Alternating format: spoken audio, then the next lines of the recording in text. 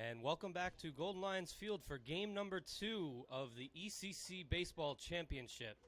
Casey Rafferty here with Mike Steenkamp to bring you all of today's action. And our second game of the day features the top-seeded Spartans of St. Thomas Aquinas College and the 4th-seeded Bridgeport Purple Knights. We'll be right back with starting lineups and first pitch.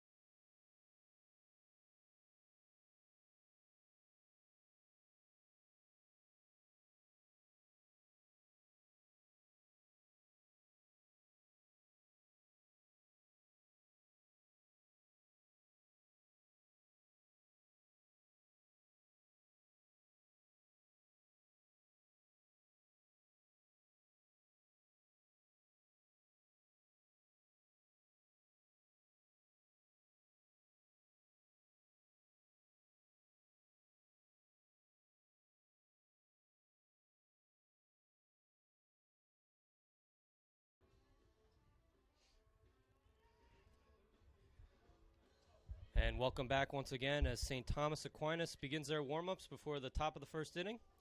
Let's get you the starting lineups. First for Bridgeport. Leading off is a left fielder, Darren Grabowski. Batting second is the catcher, Casey Ouellette. Batting third is the right fielder, Ben Torres. Cleaning up is the third baseman, Casey McCone. Batting fifth is the first baseman, Alec Janata. The sixth hitter is Alnado Rodriguez, and he's DHing. Batting seventh is the center fielder, Tyler Gambardella. Batting eighth is the shortstop, Justin Carey. And the 9-hitter is the second baseman, Jose Negron.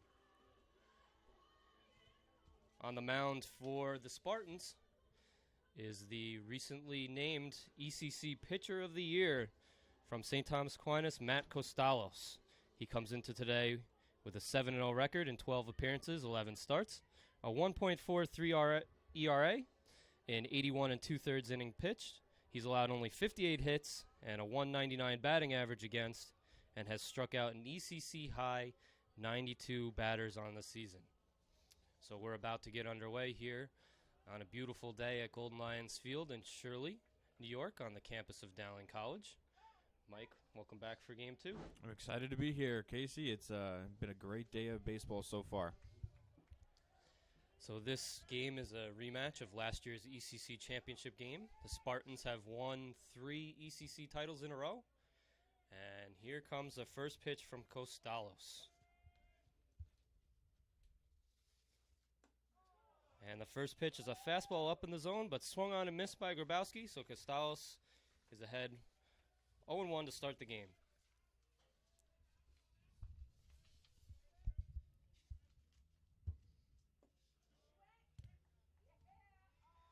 The 0-1 pitch is a breaking ball. They check down to the umpire at first base, but he says Grabowski did not go around, so that evens the count at 1-1.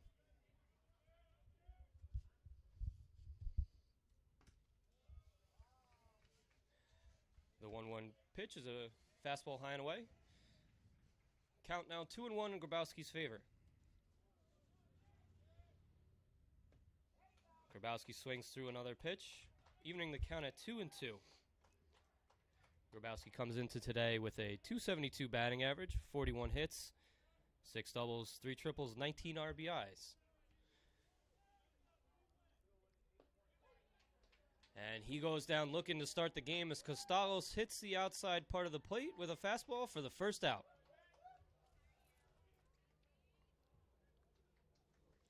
Great job, quick work by Costalos, getting his ECC leading 93rd strikeout early in this game as the catcher for the Purple Knights. Casey Ouellette will be stepping up to the plate with 1 out here in the top half of the first inning.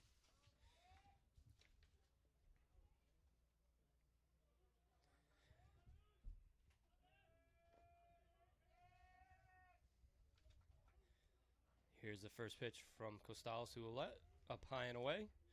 So Ouellette's ahead in the count 1-0. Ouellette's a 270 hitter on the year. 30 hits and 111 at-bats, 5 doubles and 14 RBIs. And that one misses, so Ouellette's ahead in the count now 2-0. Here's a 2-0 pitch. And a fastball right down the middle, but Ouellette couldn't catch up. So now the count's 2-1. Costalos winds and deals and throws another fastball by Ouellette. So that's 4 swings and misses for Costalos already. Looks like he might have his good stuff today. Absolutely. So far, Casey, he has been pumping the heat, and these Bridgeport Purple Knight batters have been unable to connect so far, as the next pitch is up in the zone, swung on and missed, strike 3. Costalos continuing what he did during the regular season. Now 2 strikeouts, 2 outs in the top half of the first inning, up to 94 strikeouts on the season. So as I mentioned a few minutes ago, Costalos was just between games named the ECC Pitcher of the Year. He leads the conference in wins, inning pitch, and strikeouts, and he was second in ERA coming into today's action. And his first pitch to the number 3 hitter for Bridgeport, Torres, is on the inner half for a strike. Torres, right fielder for the Purple Knights, 339 average on the season. And he takes that pitch inside for ball 1. Torres was also named an all-conference player, earning a spot on the first team, one of 5 Purple Knights to be named all-conference. And he swings and misses at a breaking ball there. So he's behind in the count 1-2, and Costalos has a chance to strike out the side here in the top of the first inning. Now, if you're the Purple Knights, you don't want to be swinging at balls on the turf, especially if Costalos is going to be throwing a lot of them. He's going to throw enough strikes already. You don't need to give him extra ones on balls that won't be in the zone. So he swings and misses at another breaking ball in the dirt. Del Priore throws down to Seska at first to get the third and final out. So Costalos strikes out the side to start the game. We head to the bottom of the first. The score is Bridgeport 0 and St. Thomas Aquinas coming to bat. Connecticut and the metropolitan New York area to Western New York. From Washington, D.C. to Long Island.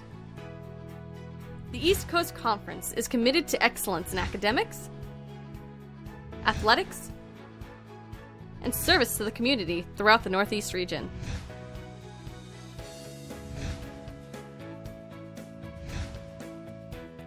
The East Coast Conference, a proud member of NCAA Division II.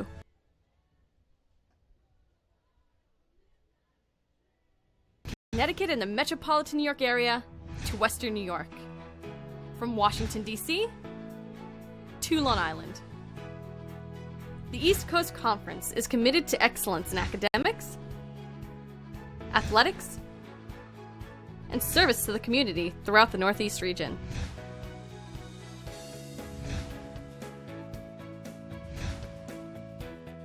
The East Coast Conference, a proud member of NCAA Division II.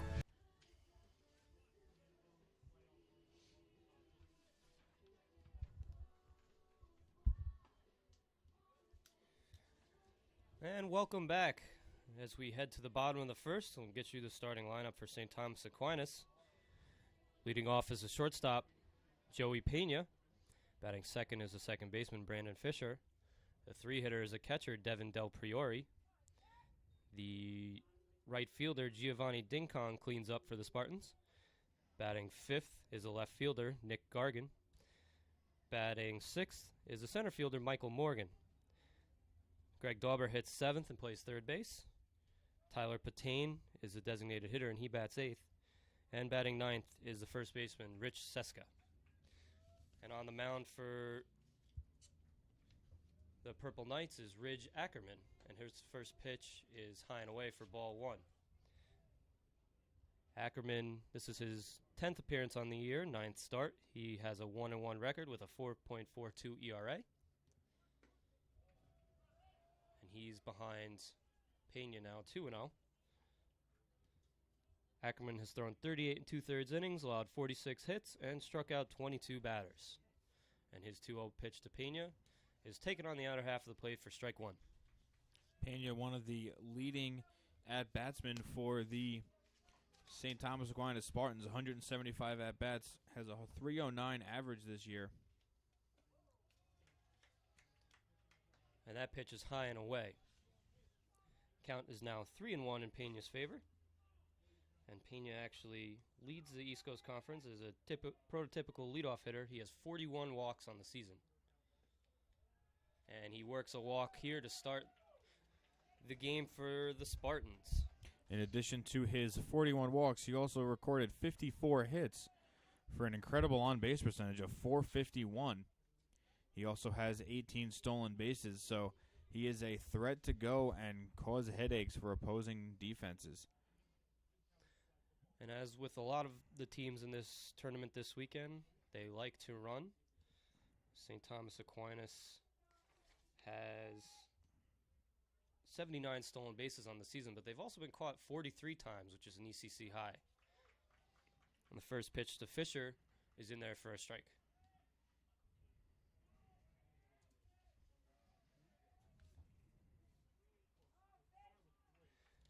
Fisher's hitting .311 on the year, 28 hits and 90 at-bats.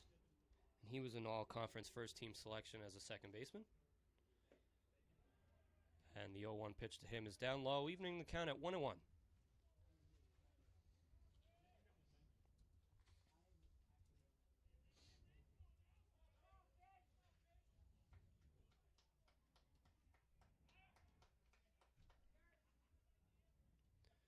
Fisher is one of 6 all-conference selections for the Spartans, which tied an ECC high. Here's the 1-1 pitch. Swung on and lined into center field, but right at the center fielder, Gambardella, and he makes the catch for the first out. Very interesting to note that Ackerman is relatively slow to the plate, as I've noticed in the first couple of pitches he's thrown with the man on first, and that might be something that head coach Scott Muscat over at third base might be noting on, as Pena, one of the leading base stealers on the team, is over at first. So that brings Devin Del Priore to the plate. Del Priore is hitting .313 on the year, 45 hits and 144 at-bats. And the first pitch to him is poured in there for a strike. He has 5 doubles, 1 triple, 2 home runs, and 28 RBI.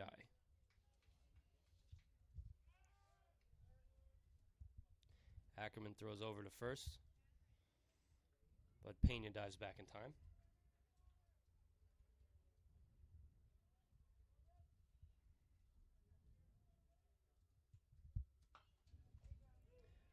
Del Priore hits the ball deep in the hole at shortstop. That's going to be a tough play, and he beats it out for an infield single. So he didn't hit it hard, but he put it in the right spot there. And now the Spartans have runners on first and second with 1 out, and Giovanni Dinkong stepping to the plate.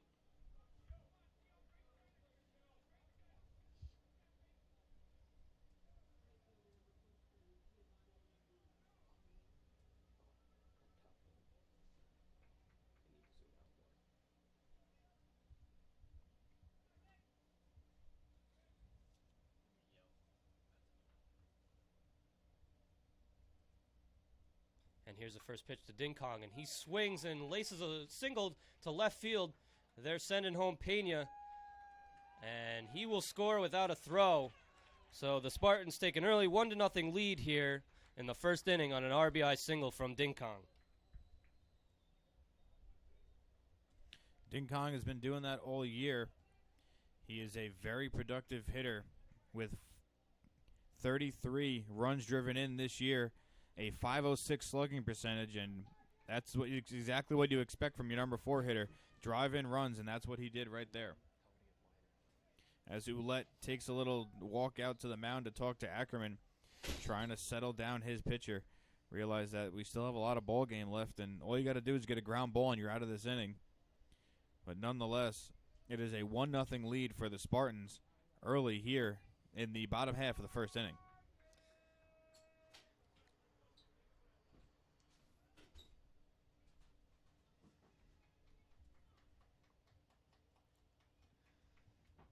Now Nick Gargan, the left fielder, steps to the plate.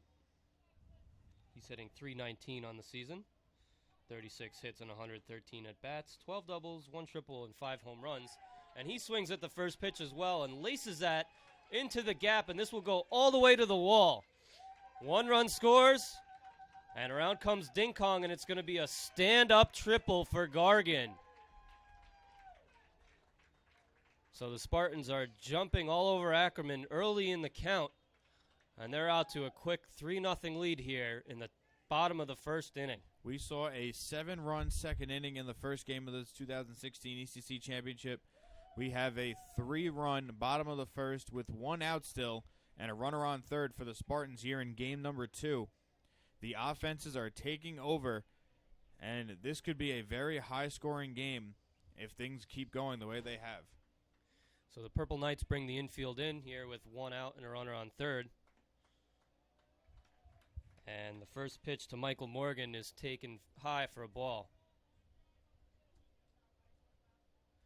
And we're actually going to get a visit to the mound here from Bridgeport head coach Joe Tonelli. So not exactly the start you would hope for if you were a Purple Knights fan, as they've fallen behind 3-0 here in the bottom of the first inning. But as we saw earlier, there's a lot of game left. Malloy was losing 8-1 and made it close at the end with an 8-6 final. But Bridgeport, I'm sure, would be glad to get out of the rest of this inning without another run coming across for St. Thomas Aquinas.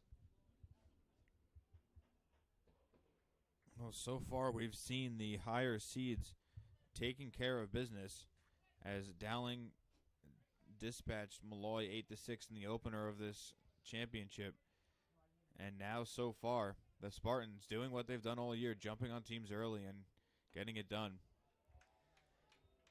Another pitch taken high and away by Morgan. And actually, for the second pitch in a row, it looked like he was thinking of bunting. But now he's ahead in the count 2-0. And here's a 2-0 pitch from Ackerman. And Morgan swings through it to bring the count to 2-1.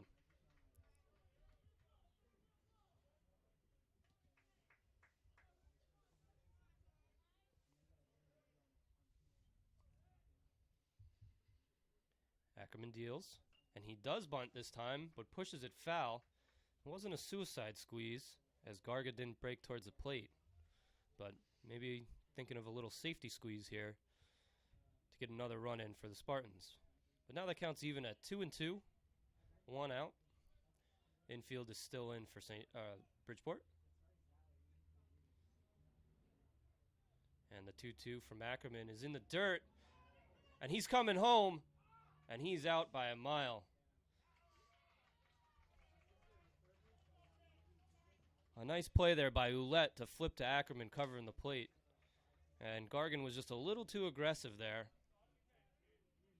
trying to score on the pitch that just skipped a little bit away from Ouellette. That was a great job of blocking the ball by Ouellette, not letting it get too far away. He was able to pounce on it and do the backhand feed to Ackerman, who was covering the plate, and apply the tag. And the next pitch is tapped to shortstop. Carey fields and fires across the diamond, and just like that, that helps Bridgeport get out of the inning. But not before St. Thomas Aquinas scores 3 on 3 hits. So we head to the top of the second inning with St. Thomas Aquinas leading Bridgeport 3-0. You get to make a lot of different choices and become a leader, and that's what STAC has definitely helped me to do. The environment here really helped me to develop my character, my confidence, my individuality. I try to make my students be innovators because I try to make them think outside the box. In classes, STAC really encourages students to work together and grow together. There's an opportunity for everybody here. Hope to see you soon.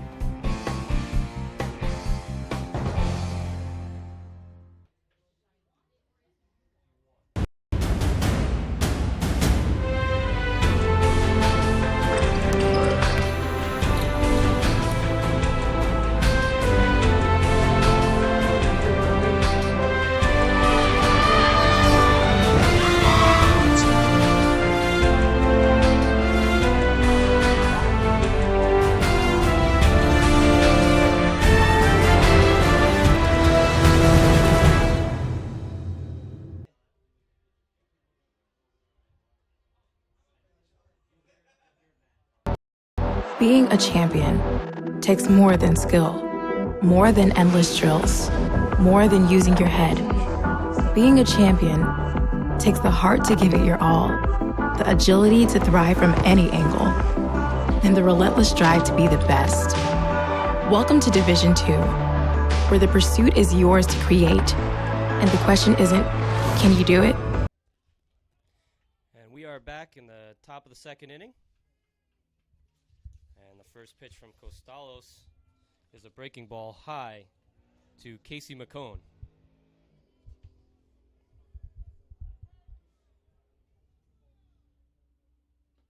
McCone swings and tips the ball into the catcher's mitt on the 1-0 pitch, evening the count at 1-1. McCone comes into action today hitting .348, 55 hits and 158 at-bats. He fouls that one away. With 7 doubles, 1 triple, 5 home runs, and 34 RBI. He was one of Bridgeport's 5 all-conference selections as a first-teamer. And he grounds that to shortstop. Pena fields and throws and pulls Seska off the bag. We'll have to see. I think that is probably going to be a throwing error on Pena. Pena had plenty of time over there at shortstop and seemed like he just rushed the throw, pulled Seska Jr. off the bag at first. He was unable to apply a tag, and McCone, hustling down the line, beats it out. And the Purple Knights have their first base runner against Costalos. And they do score that as an error. And that brings Alec Janata to the plate.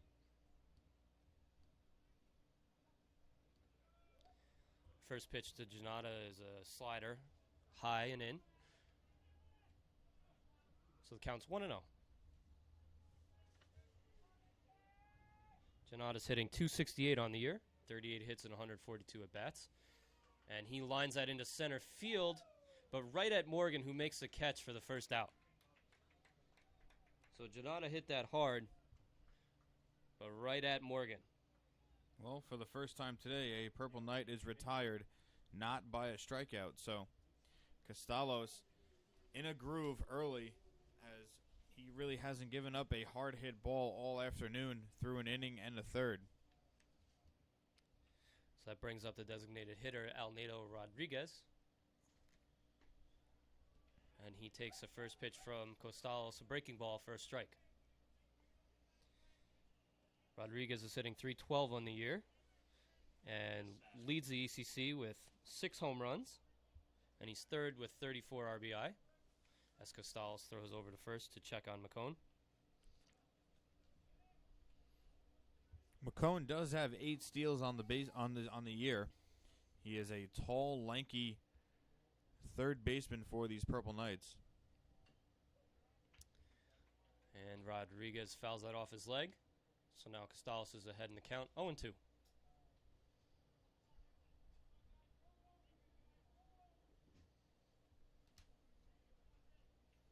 Now, if you're Costalos at 0-2 right now, I'm throwing a slider low and away, trying to get a ground ball. And that one's fouled off by Rodriguez. There's something you don't see every day. A head coach running out to grab a foul ball.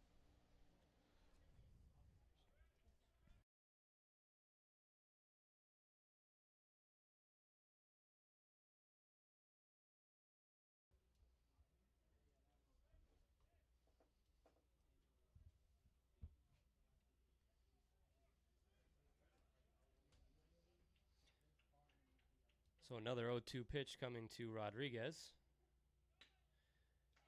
And he hits that hard right through Seska at first and down into the right field corner.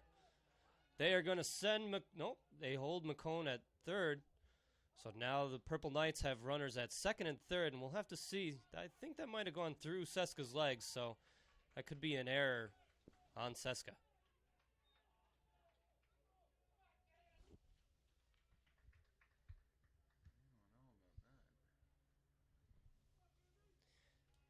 And it actually looks like they gave Rodriguez a double. So that's the first hit of the day for the Purple Knights, and they have runners at second and third here with 1 out. It was a great at-bat by Rodriguez, fouling off a couple of pitches and then lining the double down the right field line. And Tyler Gambardella swings at the first pitch and hits it deep to left field, and that one hops the wall. 2 runs are going to score, and Gambardella is into second with a 2-run double. So after a great first inning and striking out the side for Costalos, the Purple Knights have touched them up for 2 runs here and still only 1 out in the top of the second inning. Tyler Gambardella stands just 5'7", and he smoked that ball to left center field. 1 hop the wall, 2 runs are in, and like I said before, there's plenty of baseball left to be played, and it's a 3-2 ball game here in the top half of the second inning. So now the shortstop, Justin Carey, is up, and he takes the first pitch from Costalos for a strike. Carey's hitting .276 on the season, 37 hits on 134 at-bats, 6 doubles, 5 triples, and 16 RBI.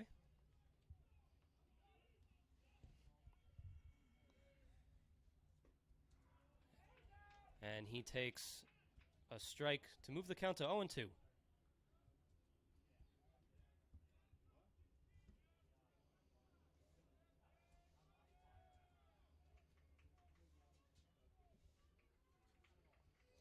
So here's the 0-2 to Carey. Breaking ball fouled off, out of play. So Carey stays alive and the count remains 0-2.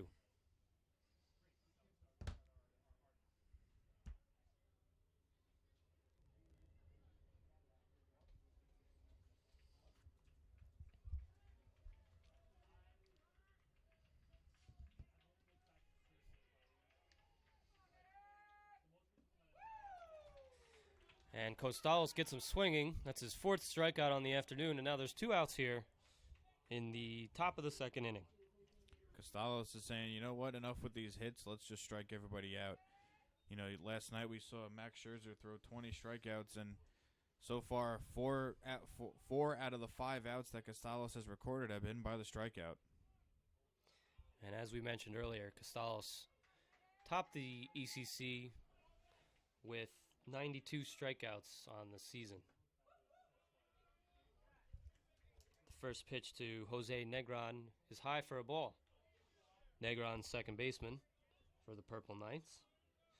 He was an all-conference second-team pick, hitting .274 on the year.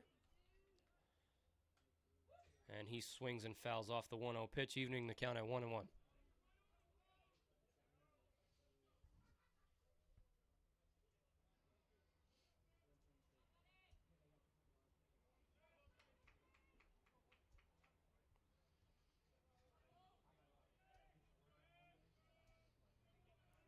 Costalos sets and delivers a 1-1 pitch. And Negron checks his swing on a pitch in the turf. And he's now heading the count 2-1.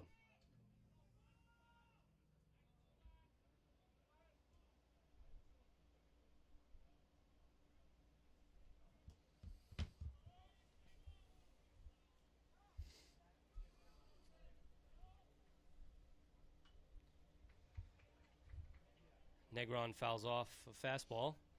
So now the count's even at 2-2. Still a runner on second for the Purple Knights, as they trail 3-2 here in the top of the second inning.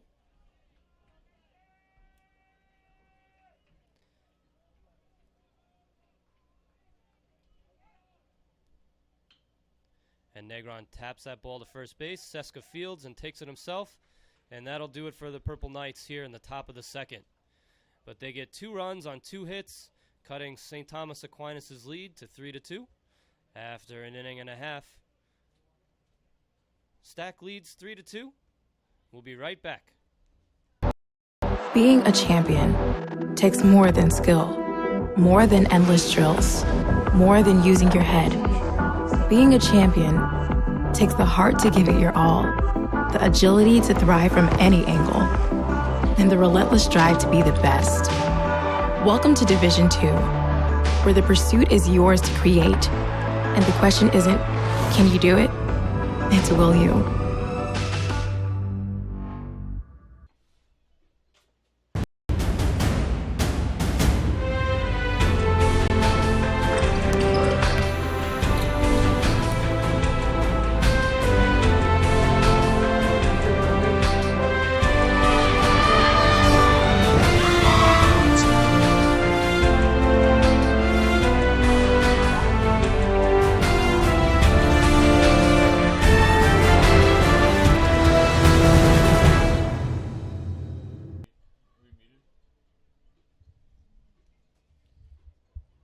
So we head to the bottom half of the second inning.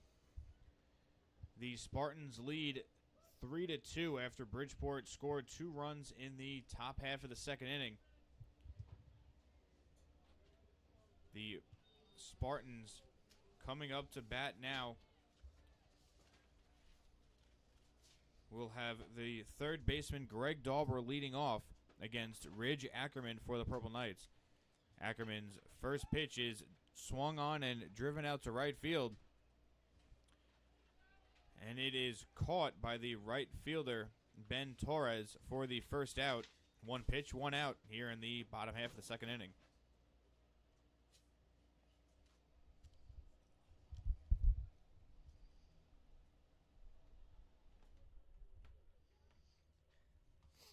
Tyler Patain stepping to the plate now for the Spartans. He's hitting .257 on the year with 5 doubles, 2 home runs, and 19 RBI. The first pitch from Ackerman is high and outside.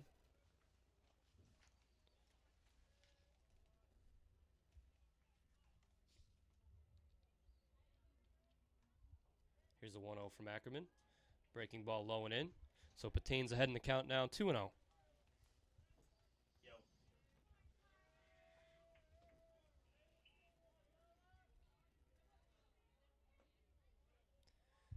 And Ackerman misses with that one too, so now Patain has a 3-0 count. Have to assume that Spartans head coach Scott Muscat will probably have him take a pitch here. And he does, and almost hits him, but it's ball 4 anyway. So Patain heads down to first with 1 out.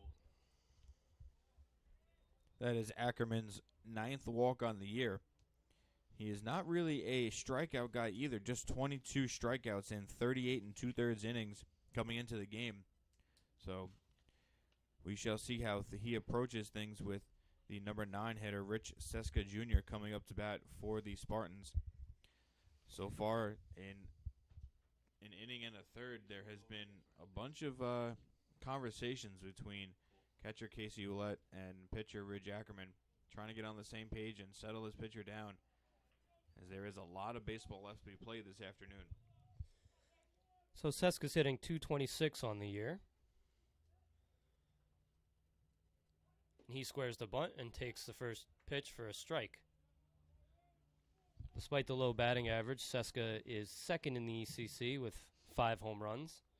He's also driven in 18 batters.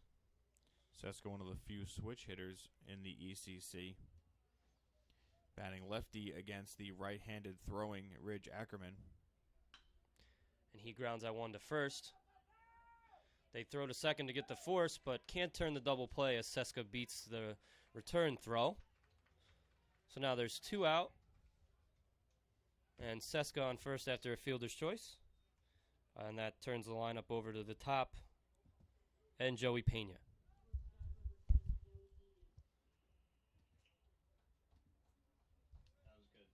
So Joseph Pena, who walked in his first at-bat, will try to get things going with 2 outs now. Seska, the runner on first, takes his lead. And Pena takes that first pitch for a ball. As I mentioned earlier, Pena leads the ECC in walks with 41, now 42 after his first inning walk. And actually the Spartans as a whole are a very patient team as they rank 21st in Division II in walks. And Pena squared the bunt on that one but pulled it back and took a strike. So the count's now 1-1. All walks do is they make pitchers throw more pitches than they want to, and they wait out at bats, and it's a great approach at the plate. Not only looking for a walk, but working out walks and taking real good approaches at the plate, and that's what these teams that Scott Muscat has been coaching the last couple of years, that's what they've been doing. You know, we mentioned before that they've won the last 3 ECC titles. You know, that's not really a lucky thing. They're a very talented program. And Pena fouls that one off to run the count to 2-2.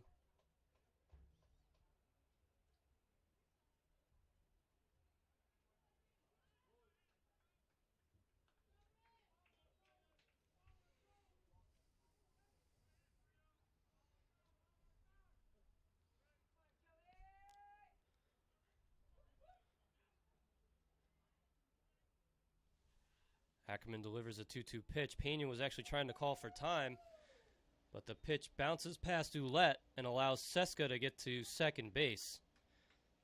So I'm sure Pena's actually glad that the umpire didn't grant him time there.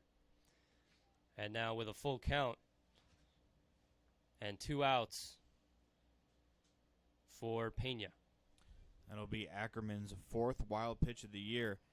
Seemed like he was throwing a breaking ball that Ouellette was in front of, but because of the way that the breaking ball spins, it bounces back toward the arm side of the pitcher, and that's how it got away from Ouellette, trickling all the way to the backstop, allowing Seska Jr. to head up to second base. And now Pena is in position with the 3-2 count with a runner on second. And here's the 3-2 offering, and it's another walk for Pena.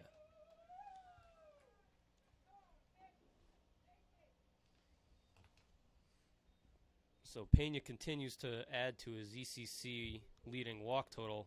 And that looks like it's going to be it for Ackerman after only an inning and 2/3.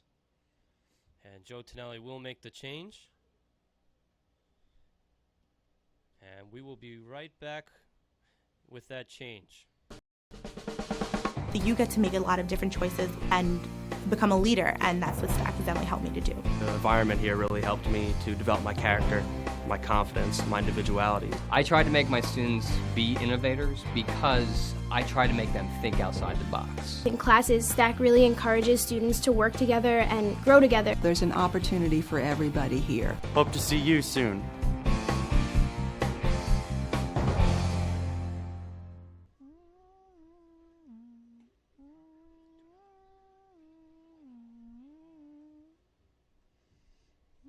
Connecticut and the metropolitan New York area to Western New York. From Washington, D.C. to Long Island.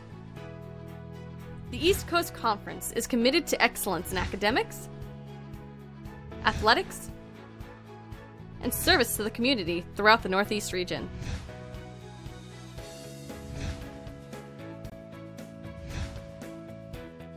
The East Coast Conference, a proud member of NCAA Division II. And we are back here at Golden Lions Field. Bridgeport has brought in number 17, Dennis Lyman. It's his 13th appearance on the season. He has a 2-2 record with a 3.58 ERA in 27 2/3 innings pitched. He's allowed 27 hits and struck out 19 batters. He'll be tasked with just keeping this game manageable for the Purple Knights. It is a 3-2 ball game. The bottom of the second inning. So far, the visiting team in both games, Ronald Bauer for the Malloy Lions only threw 2 innings. For the Purple Knights, Ridge Ackerman, an inning and 2/3. So you're throwing your game 1 starter out there for both of these visiting teams, and they really haven't panned out. So let's see if the Purple Knights bullpen can hold it at 3-2 and give them a chance to take the lead in the top half of the 3rd inning. I'm actually a little surprised at the quick hook there by Tonelli. Kind of wants to stop the bleeding here without letting St. Thomas Aquinas get any more runs. But Ackerman had not allowed a run yet in this inning. Had walked 2 batters, so he went to Lyman. And Lyman's first pitch is over the outside corner to Brandon Fisher for strike 1. Fisher is 0 for 1 on the afternoon.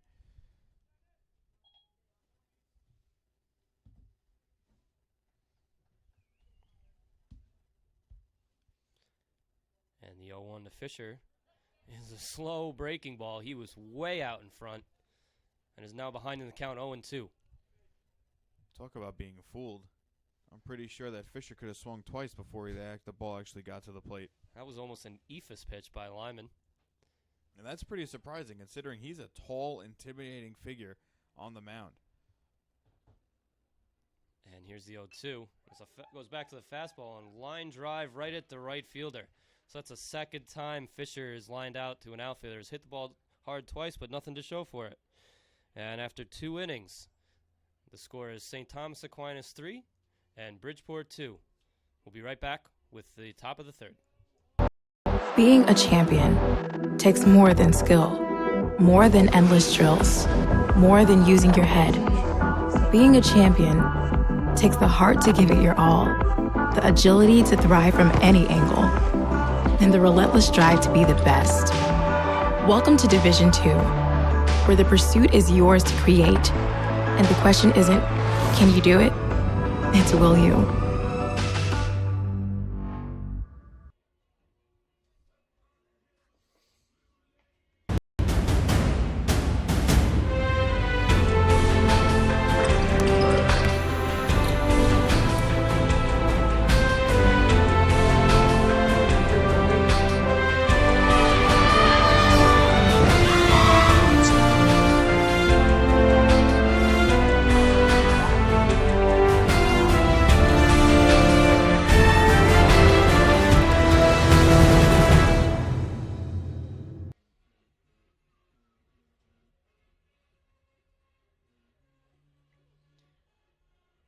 And welcome back to Golden Lions Field on this beautiful day for the second game of our ECC Baseball Championship.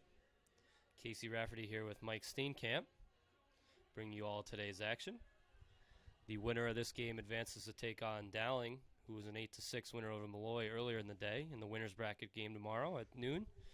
And the loser has to play an elimination game against Malloy at 9 a.m. So Darren Grabowski steps to the plate to lead off for Bridgeport here in the third. And he takes a fastball for strike one. So we were back to the top of the order for Bridgeport. The first time through the lineup, very favorable for Matt Costalos. 4 strikeouts, 1 flyout and a ground out to get his 7 outs. And Grabowski swings through that 1-1 pitch. The count now is 1-2.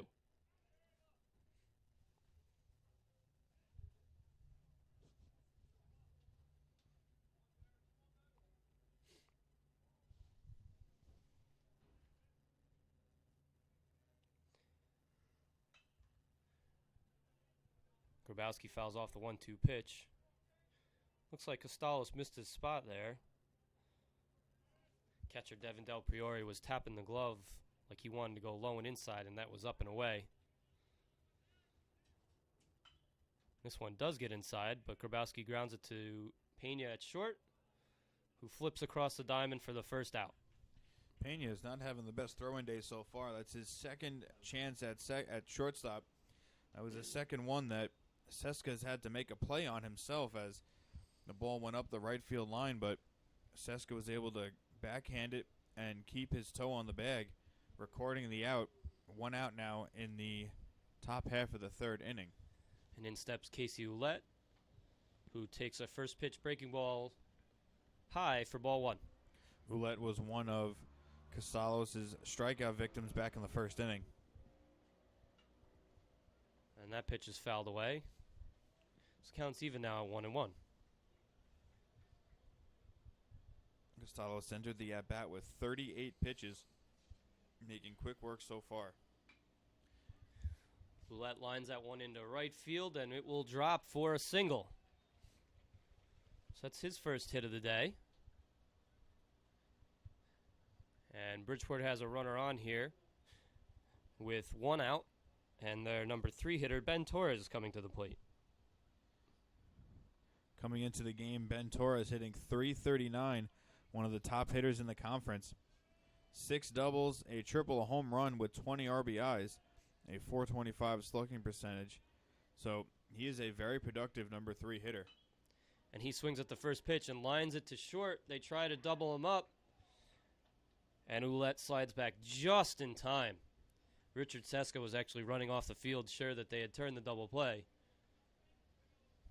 But Bridgeport stays alive here, and Casey McCone steps to the plate. Very interesting in that situation from my perspective on Pena.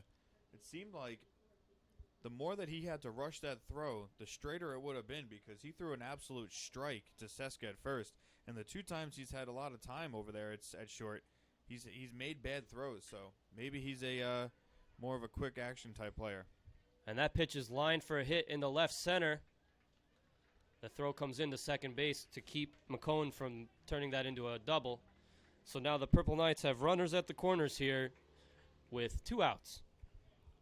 Casey McCone came into the game with 7 doubles. That'll be his 8th.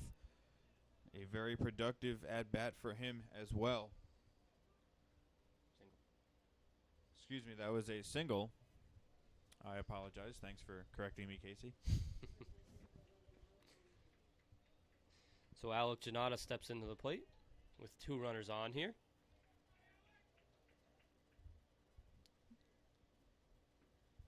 And Janata, who has a very open stance, takes strike 1, and it was almost like a delayed steal there. McCone just kind of walked down to second base with the stolen base.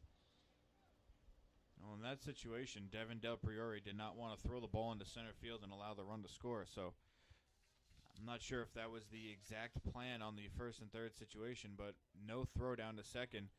And now the Purple Knights have 2 runners in scoring position as Costalos' next pitch is up and out for a ball, 1-1 count. And you have to wonder if he didn't throw because St. Thomas Aquinas has the lowest runners caught stealing percentage in the ECC this year.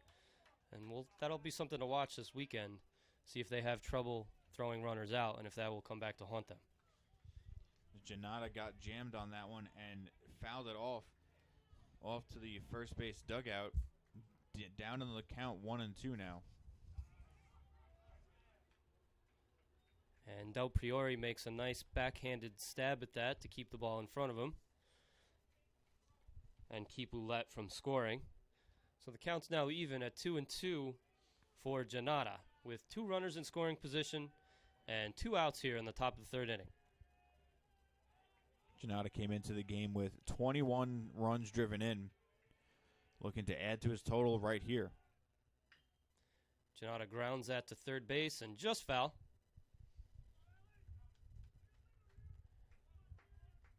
So the count will remain 2-2.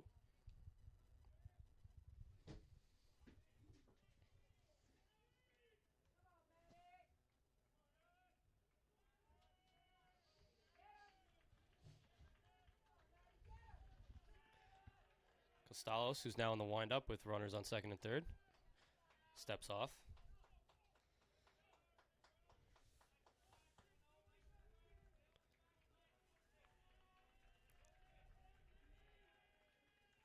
So the 2-2 pitch from Costalos is tapped back to the mound. Costalos fields, throws to first wide, but Seska keeps his foot on the bag to end the inning. So Costalos strands 2 runners, and St. Thomas Aquinas still maintains a 3-2 lead as we head to the bottom of the 3rd.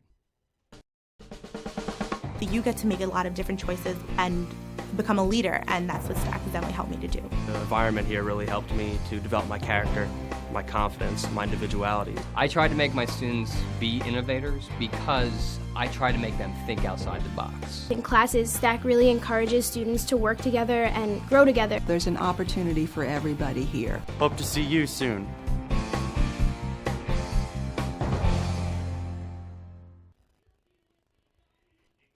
Connecticut and the metropolitan New York area to Western New York. From Washington, D.C. to Long Island. The East Coast Conference is committed to excellence in academics, athletics, and service to the community throughout the Northeast region.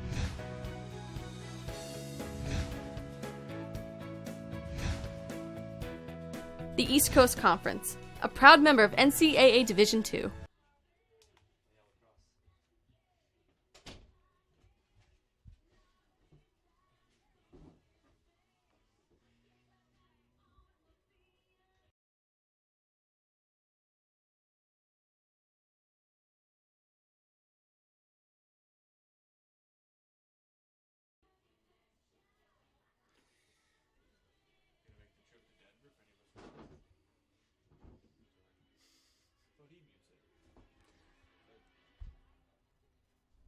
We head to the bottom of the 3rd.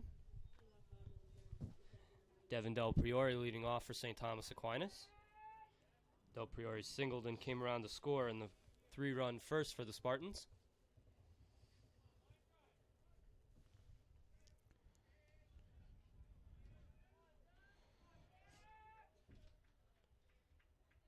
And the first pitch from Lyman is an off-speed pitch swung on and missed by Del Priore.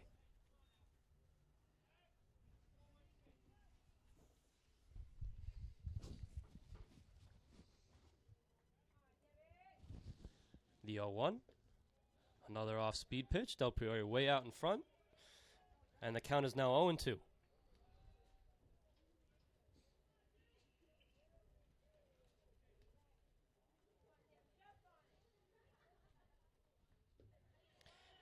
Same pitch. And he swings through for a third time. And 1-2-3 for Lyman for the first out here in the bottom of the third.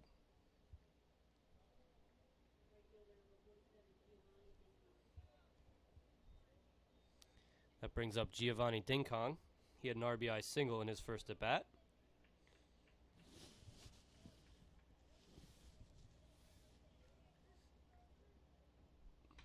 And he hits that ball hard to left field. But right at Grabowski, who almost misplayed that, and had to make a leaping catch at the last minute for the second out. Grabowski was nearly playing on the warning track for that ball, and Ding Kong smoked it out toward left field. But nonetheless, a hard out recorded for Lyman.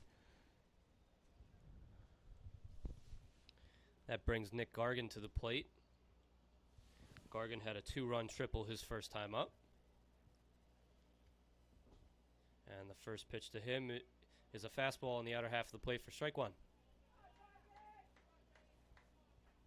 Gargan did not seem to like that call. Took a little stroll out of the box after that pitch.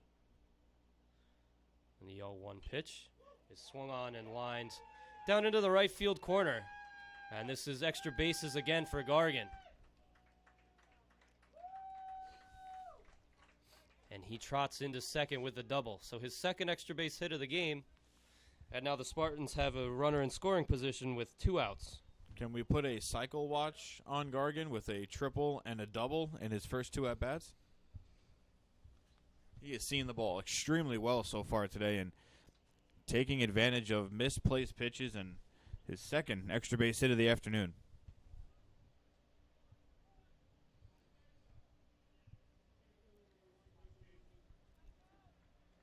Now Michael Morgan steps to the plate.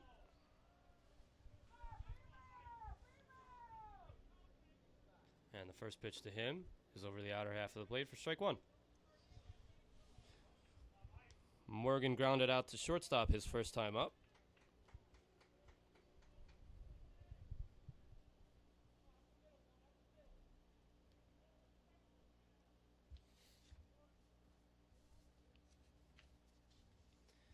And the 0-1 from Lyman is fouled off by Morgan.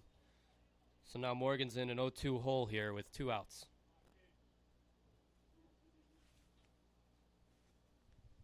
Morgan, a freshman outfielder, getting the start in the ECC championship from Middle Village. He went to Holy Cross High School. And the 0-2 is swung on and missed. So a quick inning there for Lyman. And after 3 full, the score remains St. Thomas Aquinas 3 and Bridgeport 2. We'll be right back with the top of the 4th inning. Connecticut and the metropolitan New York area to Western New York. From Washington, D.C. to Long Island. The East Coast Conference is committed to excellence in academics, athletics, and service to the community throughout the Northeast region.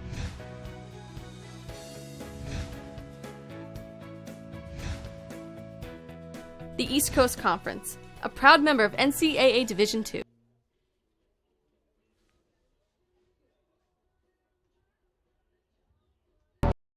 Being a champion takes more than skill, more than endless drills, more than using your head. Being a champion takes the heart to give it your all, the agility to thrive from any angle, and the relentless drive to be the best. Welcome to Division 2, where the pursuit is yours to create. And the question isn't, can you do it? It's will you?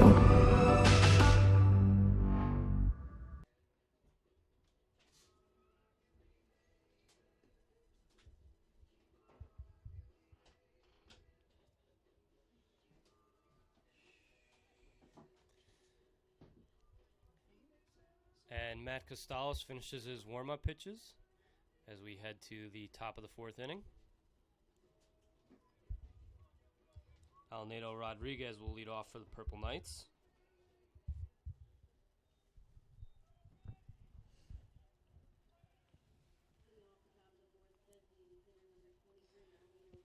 Rodriguez doubled his first at bat. Now, Nieto Rodriguez looks like your prototypical designated hitter. A big, strong, imposing left-handed presence in the box as Costalos' first pitch is over the outside corner for a strike.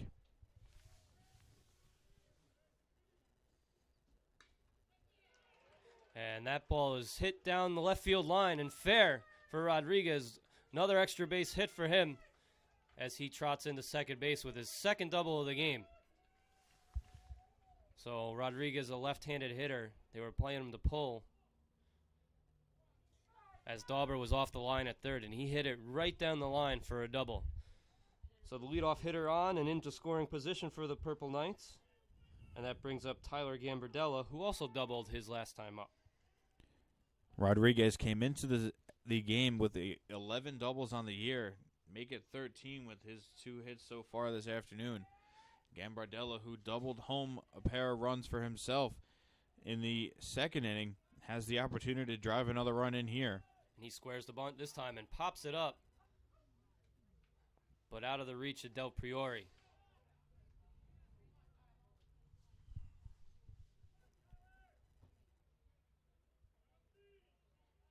Gambardella does have 6 sacrifices this year, so we shall see if the Purple Knights put the bunt on again, and they do.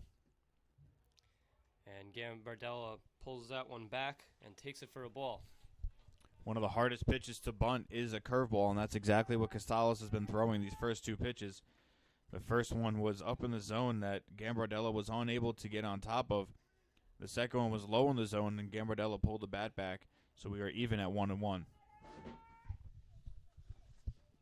Gambardella squares the bunt again and takes the pitch low and outside. So now the count's 2-1 in Gambardella's favor.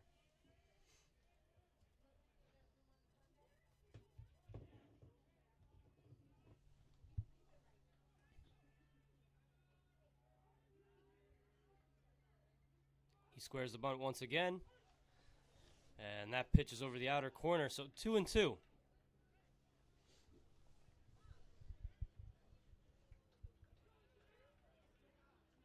You have to think with 2 strikes here that the bunt is off and Gambardella will be swinging. And with nobody out and a runner on second base, he's probably looking for a pitch to hit to the right side and move the runner over to third. And he taps that one foul towards third base, so the count remains 2-2.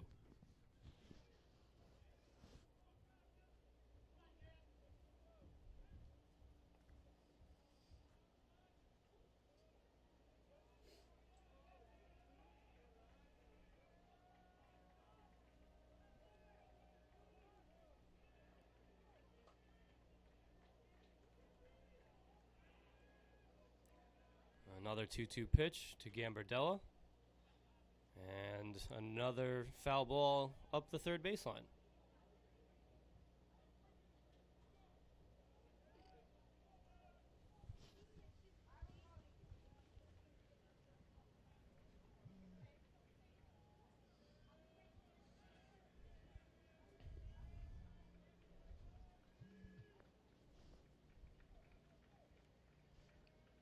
So another 2-2 pitch on the way to Tyler Gambardella. Costalos sets and deals. And he gets Gambardella swinging. So a big out there for Matt Costalos. And Gambardella does not advance the runner with nobody out. And the ball was up and out of the strike zone, but Costalos getting Gambardella to chase. And now the shortstop, Justin Carey, will look to do a job and get the run in or at least over with one out and a runner on second. So Carey comes to the plate 0 for 1 on the day. Struck out his first time up. And he takes the first pitch low for ball 1.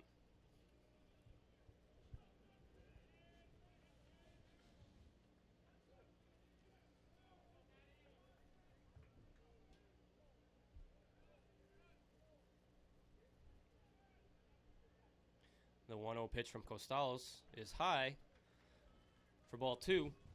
So now Carey has a hitter's count here at 2-0. One of the few times this game that Costalos has fell behind a hitter.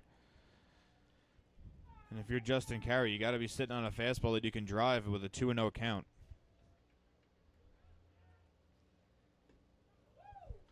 And Costalos does throw a fastball, but it's low and away, moving the count to 3-0.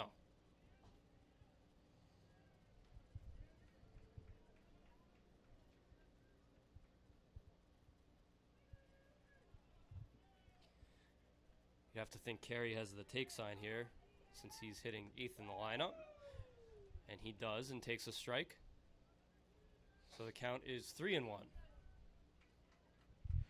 Justin Carey has drawn 14 walks this year. Been hit by a pitch 5 times. We'll see how he approaches this 3-1 count with a runner on second base and 1 out. And here's the 3-1 pitch. And Carey swings through for strike 2.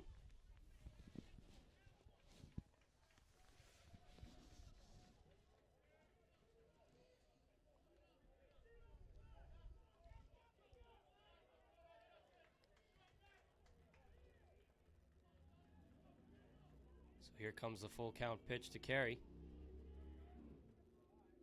And he swings through another inside fastball for the second strikeout in a row and 6th of the game for Costalos. Bridgeport is now in danger of stranding a leadoff double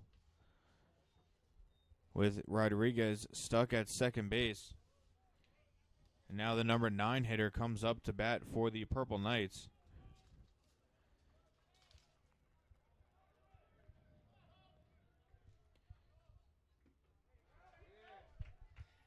And Costalos gets ahead with a first pitch fastball strike to Negron. Negron is 0 for 1 on the day.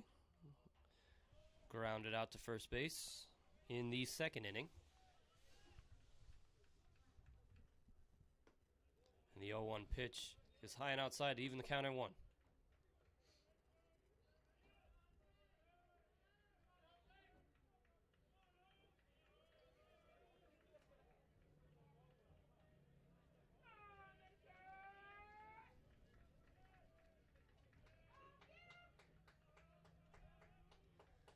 And the 1-1 pitch from Costalos is fouled away.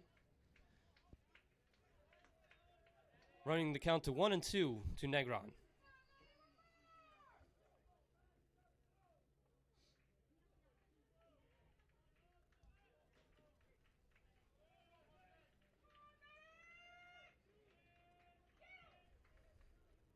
So the 1-2 pitch is low and away, evening the count at 2. Costalos looking to strike out the side for the second time in 4 innings. If he can get Negron here.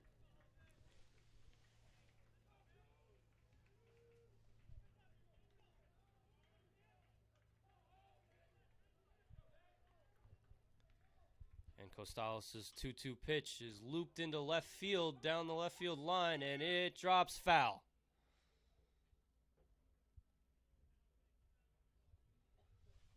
So Negron just missed tying the game with a little bloop single, and that just dropped foul out of the reach of left fielder Nick Gargan.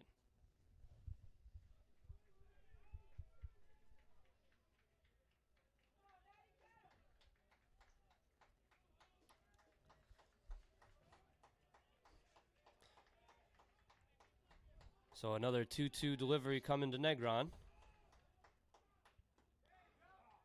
And that ball just misses outside to run the count full.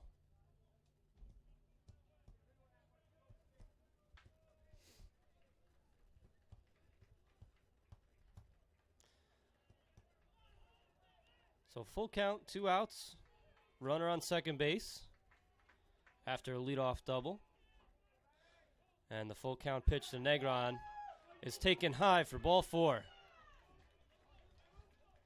The St. Thomas Aquinas faithful in the crowd here did not agree with that, thinking that should have been strike 3.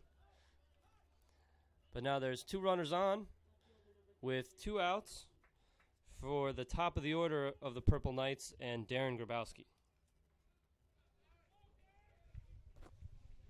Grabowski, the leadoff man for the Purple Knights.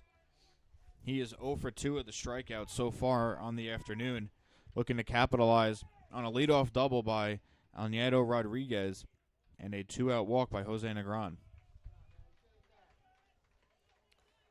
So the first pitch to Grabowski is high and away.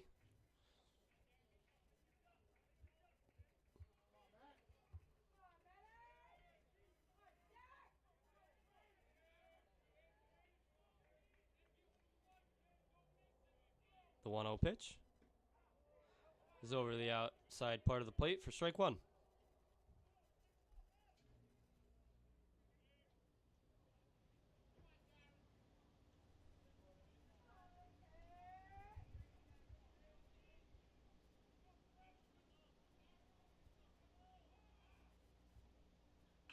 The 1-1 pitch to Grabowski is lined right up the middle.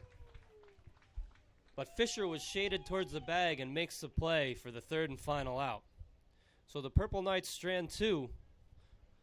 And after 3.5 innings, St. Thomas Aquinas is still leading Bridgeport by a score of 3-2.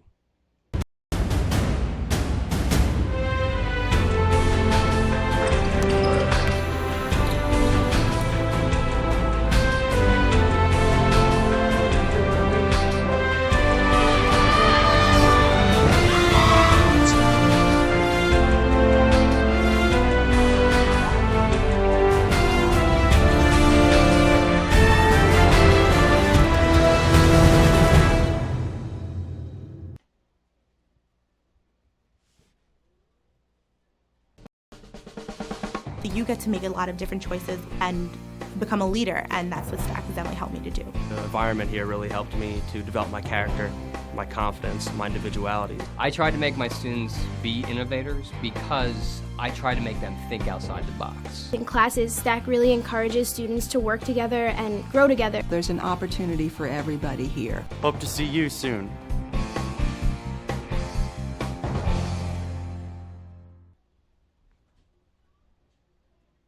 Connecticut and the metropolitan New York area to Western New York. From Washington, D.C. to Long Island.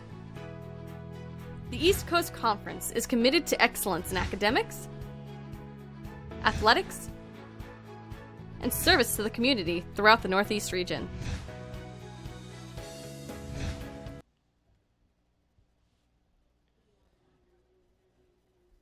And we are back for the bottom of the 4th. And Greg Dauber is leading off for St. Thomas Aquinas. He flew out to right in his first at-bat. And the first pitch from Dennis Lyman is low for ball 1.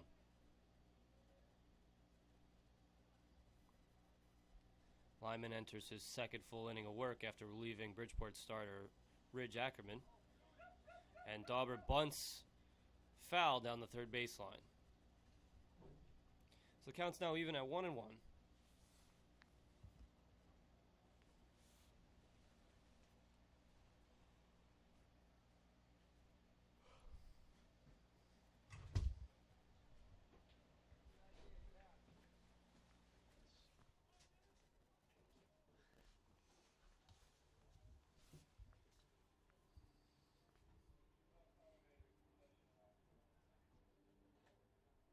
The 1-1 from Lyman is a breaking ball over the outer part of the plate for strike 2. So Lyman's now ahead in the count 1-2.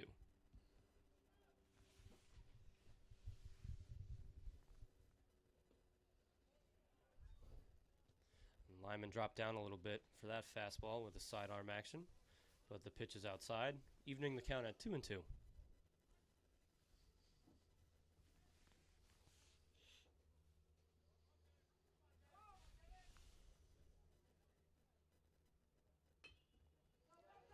Dauber taps that one to third. But a nice play by McCone to charge and throw across the diamond for the first out. Ball was on the outer half of the plate, and Dauber rolled over, grounded a soft ground ball to third base. Then McCone charged, and in one motion caught and threw to first on the run. A nice play by the Bridgeport third baseman. So that brings up Tyler Patane. Patane walked his first time up. And takes the first pitch for a ball.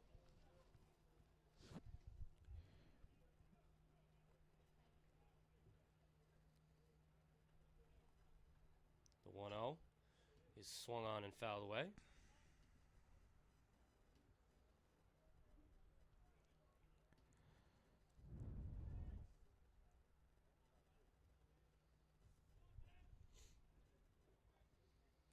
Lyman delivers. And just fouled down the left field line. Third base umpire had to jump out of the way.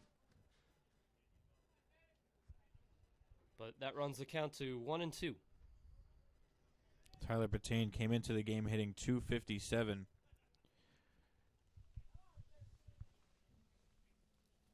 Another freshman that is playing for head coach Scott Muscat and these Spartans.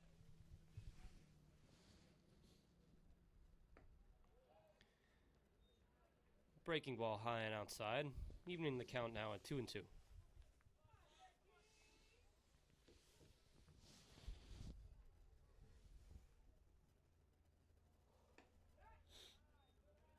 And that pitch is way outside. So the count is now full to Tyler Patane.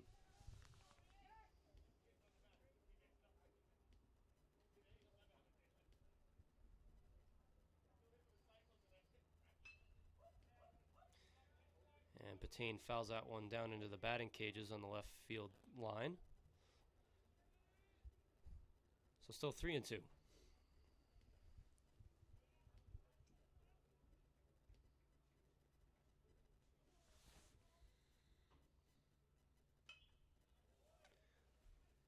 Another foul ball. That one looks like it went out into William Floyd Parkway. And the count remains 3-2.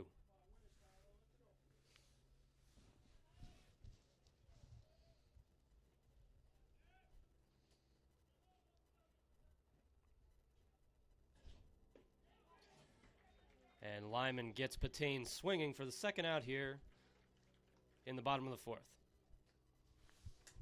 It was a great job by Lyman not giving up on the at-bat and sitting down Patane as the first baseman, Richard Seska Jr., comes up to bat for the Spartans with 2 outs.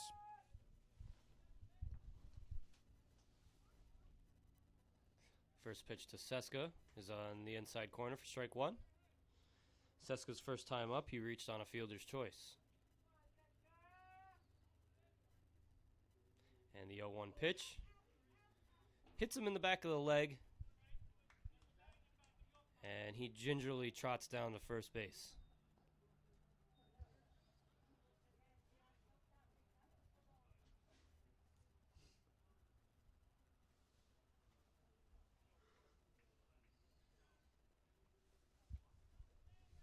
That turns the lineup over for the Spartans and brings up the leadoff hitter, Joey Pena. Pena has two plate appearances today. No official at-bats as he's walked twice, adding to his ECC leading total. And the first pitch to Pena is a fastball on the outside corner for strike one. This is the first time that Pena is seeing Lyman this afternoon. We'll see how Lyman approaches Pena, who is a very patient hitter. And that one misses, evening the count at 1.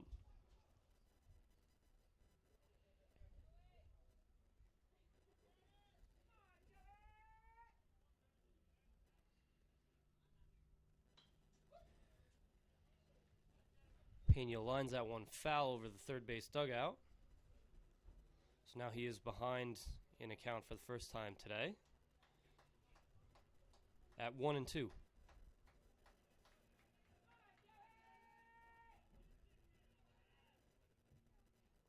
And the 1-2 delivery is high and away. Gets away from Moulette for a second, but not far enough for Seska to think about going to second. So the count's now 2-2 to Pena.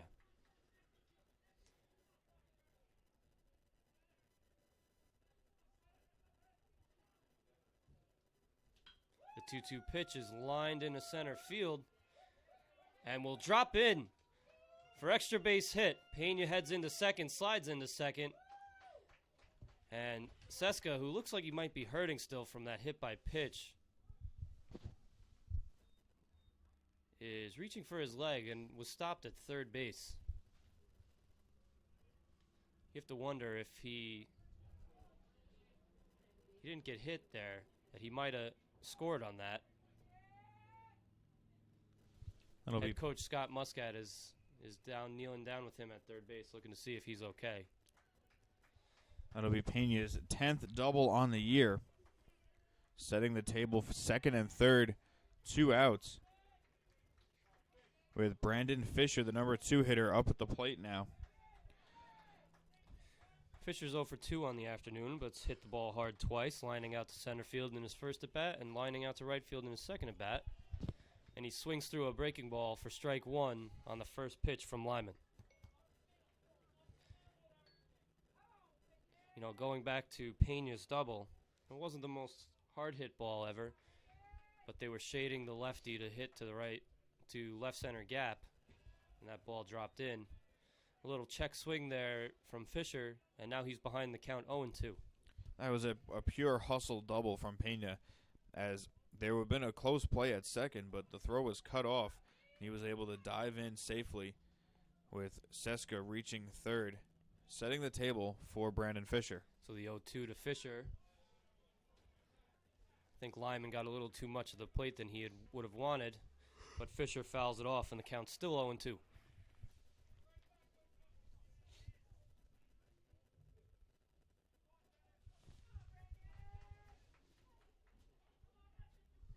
Fisher entered the game with 18 RBIs and an opportunity for 2 more, as Lyman's 0-2 pitch is fouled off by Fisher at the plate once again.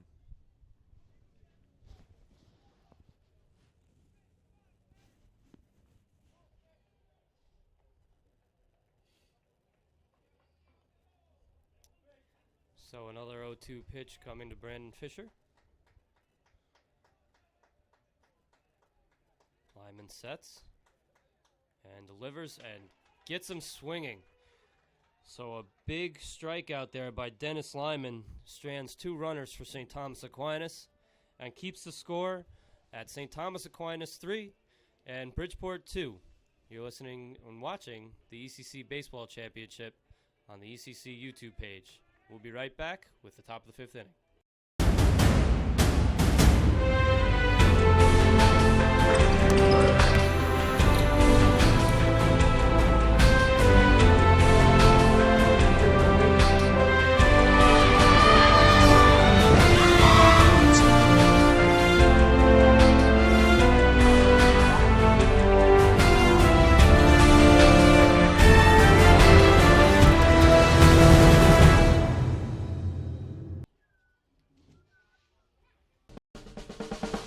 You get to make a lot of different choices and become a leader, and that's what STAC has definitely helped me to do. The environment here really helped me to develop my character, my confidence, my individuality. I try to make my students be innovators because I try to make them think outside the box. In classes, STAC really encourages students to work together and grow together. There's an opportunity for everybody here. Hope to see you soon.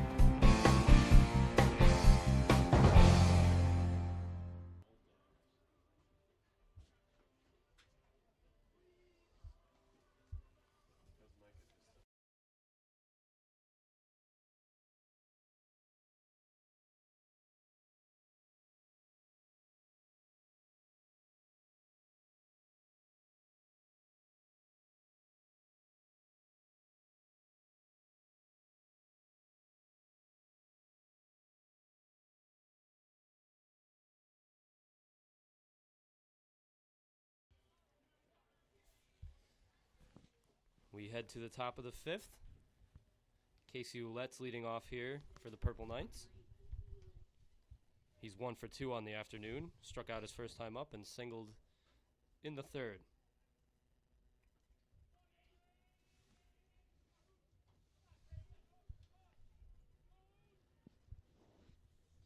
So here's the first pitch from Costalos.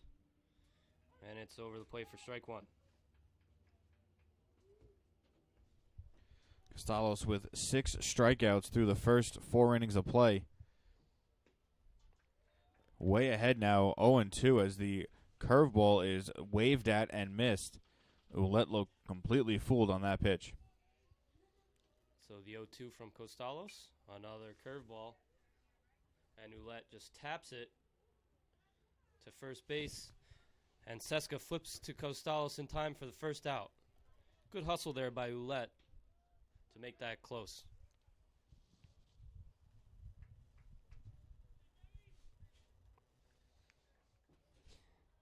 That brings up the 3-hitter for the Purple Knights, Ben Torres. He's 0 for 2 on the afternoon. Struck out in the 1st and lined too short in the 3rd. And he takes the first pitch, breaking ball from Costalos for a ball.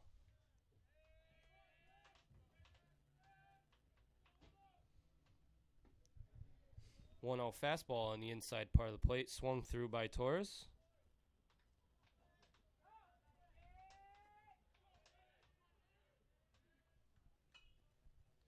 And the 1-1 pitch is fouled off.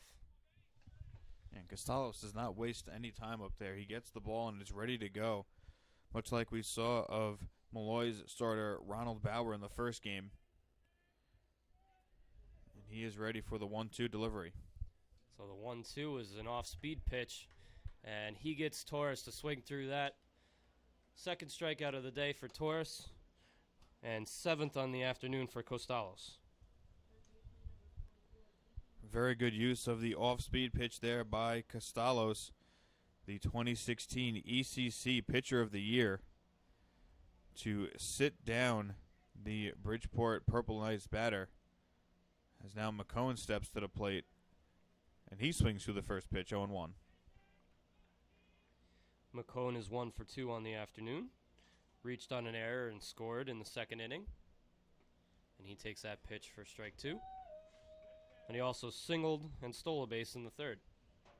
You're really calling that a stolen base after how it actually happened? Kind of just walked down there. And the 0-2 from Costalos is well out of the zone. And the count's now 1-2.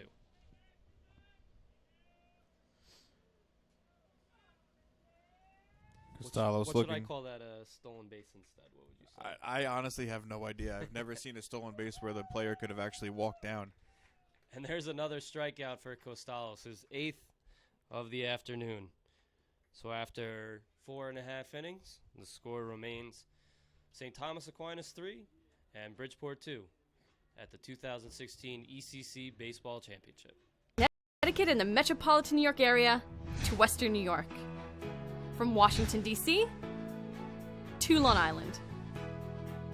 The East Coast Conference is committed to excellence in academics, athletics, and service to the community throughout the Northeast region.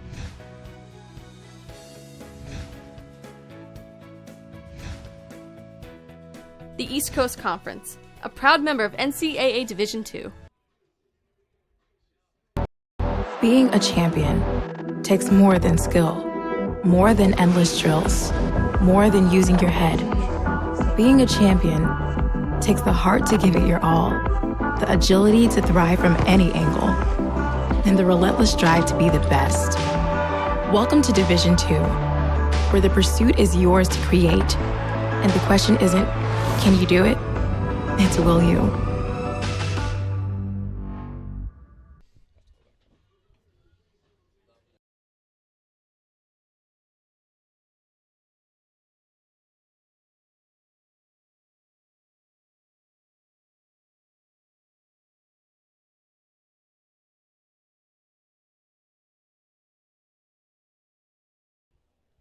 We are now in the bottom of the 5th with Devin Del Priore leading off for the Spartans. Del Priore is 1 for 2 on the afternoon, singled his first time up, and struck out in the 3rd. Lyman taking the mound for the 3rd inning of relief. He has thrown an effective 2 1/3 scoreless innings so far with 4 strikeouts after Ridge Ackerman departed after just an inning and 2/3, 3 hits, 3 earned runs. Same amount of batters faced, 10, but something about Lyman that's been shutting these Spartans down so far.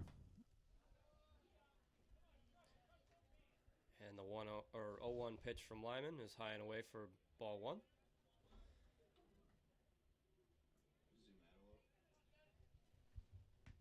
The 1-1's a breaking ball over the plate. So now Lyman's ahead of the count 1-2.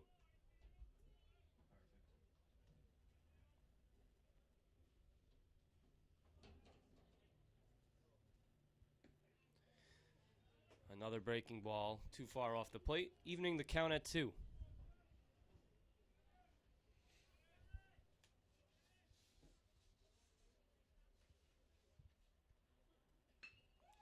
Del Priore grounds it up the middle and through for a base hit. His 2nd of the afternoon. And the Spartans have their leadoff hitter on here to start the 5th. That is a great job by Del Priore. Grounding one back through the box up the middle, just over the outstretched glove of Jose Negron. And that'll bring up one of the most dangerous hitters in the conference, Giovanni Ding Kong. And Ding Kong is 1 for 2 on the afternoon. Had an RBI single in the 1st. And scorched the ball to left field that was caught in the 3rd. And the first pitch to him is a breaking ball low and away. So the count is 1-0. Ding Kong is one of 3 Spartans with 5 home runs on the year. As Lyman gets Ding Kong to swing through a ball in the dirt. It is now 1-1 on the big right-handed batter for the Spartans. And the 1-1 pitch is a fastball right down the middle. Looks like Ding Kong's mad at himself almost for not swinging at that. So 1-2 pitch coming to Ding Kong. And it's a breaking ball well off the plate. Run the count to 2-2. Ding Kong is also the only Spartan in the 30 RBI club with 33 this year. We will see how Lyman attacks this 2-2 count here. And Ding Kong skips out of the way of that inside breaking ball. And the count is full. Seems like Casey Ouellette, the catcher for Bridgeport, got some turf beads in his eye after that ball was in the turf and kicked up some of those black rubber beads that sit below the turf. So full count here. We'll see if Scott Muscat sends Del Priore from first. He does have 7 stolen bases on the year. Well, Ding Kong does have 44 strikeouts on the year, so might be looking at a strike him out, throw him out situation with Ding Kong at the plate. He leads the team with 44 strikeouts. And he does not go, and the pitch is fouled off down the third base side, so the count remains full.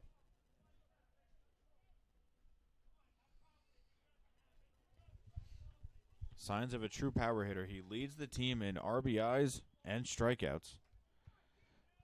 Ding Kong looking to make an impact here in the game. So Del Priore doesn't go again, and the pitch is low and away to Ding Kong for ball 4. So now the Spartans have runners on first and second, nobody out, and Nick Gargan up. Gargan has doubled and tripled so far today. And you have to wonder, with the hot bat, if Scott Muscat will put the bunt sign on here or let Gargan swing away. And Joe Tonelli, head coach of Bridgeport, heads out to the mound. We'll see if this is it for Dennis Lyman or if he's going to let him stay in. Haven't seen him make a signal yet. And it looks like they just might be talking strategy.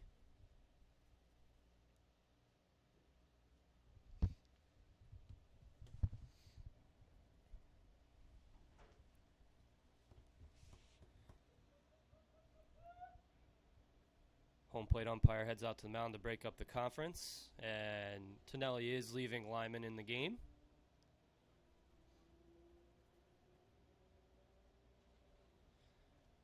So runners on first and second, nobody out.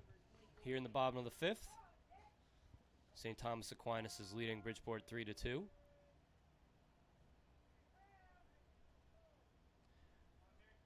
And as mentioned before, Nick Gargan, who has a double and a triple on the day, is at the plate.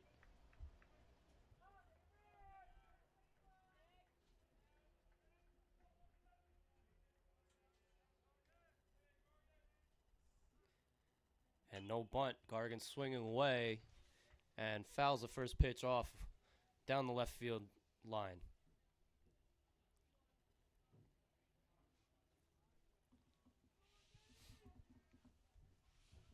Gargan taking a long look down at Scott Muscat in the third base coach's box. See if he gave him one pitch to swing away and might put the bunt on now. I would honestly be very surprised if Gargan is bunting the way that he's been swinging the bat so far in his 2 at-bats, but you never know with these coaches here in the ECC because they know that the pitching is very good throughout the conference, and 1 run or 2 runs might be the difference in the game. So you might look to set up the second and third with 1 out with a sacrifice bunt. And Gargan does not square to bunt and takes strike 2. So he's been letting them swing here, but Gargan is quickly in an 0-2 hole.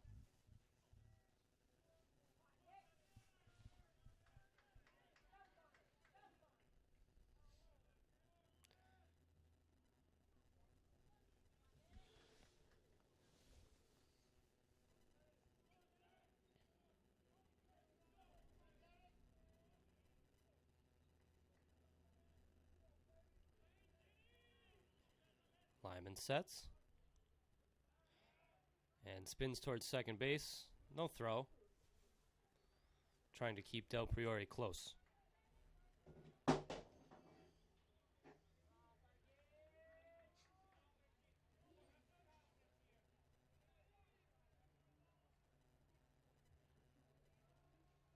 middle infield really isn't checking Del Priore at second. I'm really surprised at that.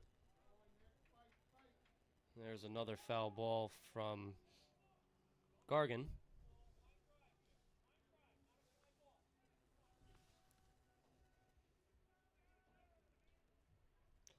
So another 0-2 pitch coming up.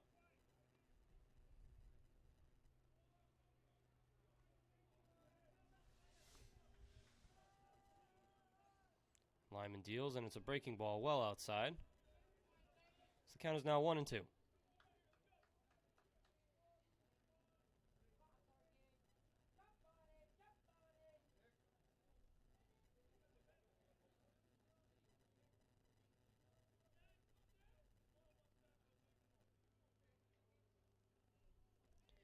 Lyman sets and deals, and that pitch is taken for strike 3. So a breaking ball on the outer part of the plate, and Gargan set down on strikes. Garga was not expecting a breaking ball in that situation, considering how badly Lyman missed with that pitch before. Yeah, I think he was expecting him to come back with a fastball, and Lyman pulled the string, threw the curveball, and Gargan was frozen with a curveball in the outside corner. A great job by Lyman to set him up. So big strikeout by Lyman there. And the Purple Knights are now in ground ball double play away from getting out of the inning. And Michael Morgan looks to bunt the first pitch, but pulls back and takes for ball 1. Very interesting that you don't bunt with no outs, but you're going to put a bunt on with 1 out. So I'm not exactly sure the game plan right now for Scott Muscat, but Morgan squared around to bunt the first pitch of the at-bat and was able to pull it back for a ball. Morgan swinging this time and fouls the ball off down the left field line. Wondering if that was maybe just a bunt for a hit on Morgan's part on that first pitch. Very well might have been because of the way how far back Casey McCone is playing the third baseman for the Purple Knights.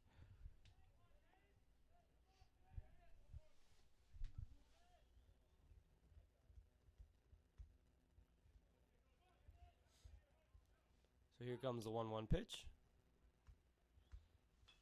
Fastball fouled off again by Morgan. And the ball bounced off the pole behind on the backstop and almost took out the umpire on the rebound.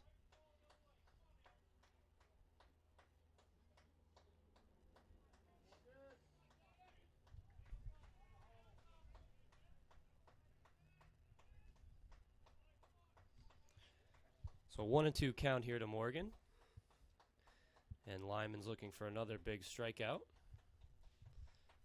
He deals a 1-2 pitch, and it's grounded to second. Flips to short. And they turn the double play. A 4-6-3 for the Purple Knights to get them out of the inning after the first two hitters for St. Thomas Aquinas reached. So the score remains 3-2 as we head to the sixth inning.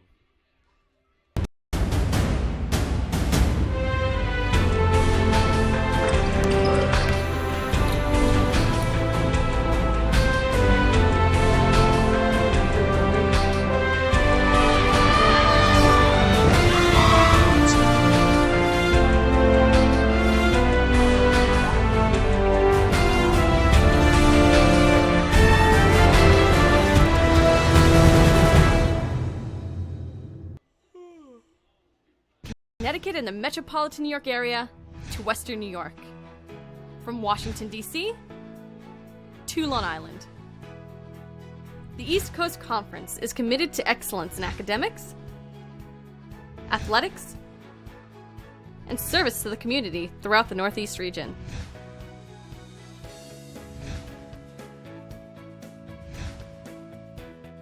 The East Coast Conference, a proud member of NCAA Division II.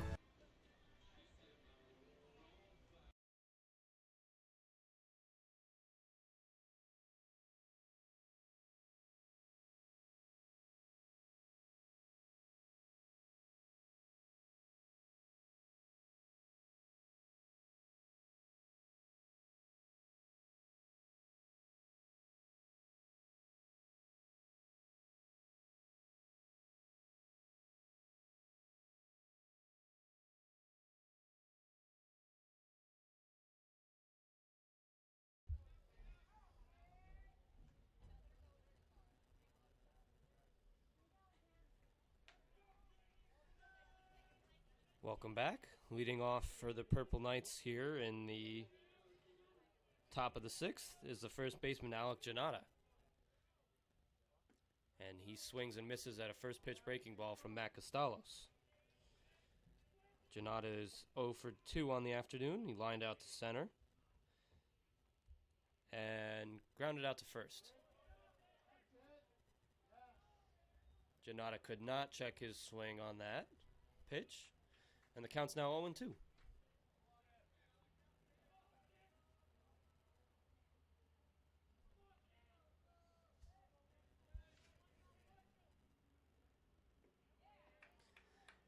And Janata goes around, throw down to first, and that's another strikeout for Costalos. He now has 9 strikeouts on the day. It's not surprising that Costalos has had so much success throughout the season, especially the way that he's throwing today. So that brings up Alnado Rodriguez. He is 2 for 2 with 2 doubles on the afternoon. 1 down each line.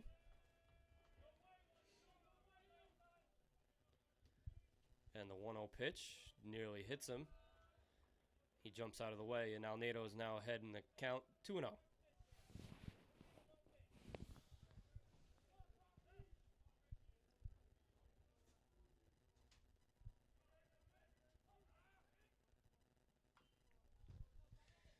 A A 2-0 breaking ball is fouled off by Rodriguez. And you can see right there the respect that Costalos has for Rodriguez as a hitter. Coming with a 2-0 breaking ball instead of challenging him with a fastball.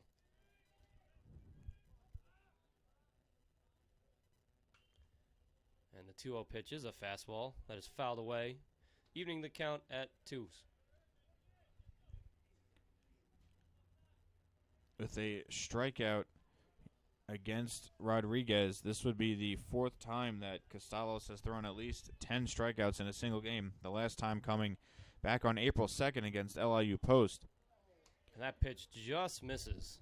So the count is now full to Rodriguez.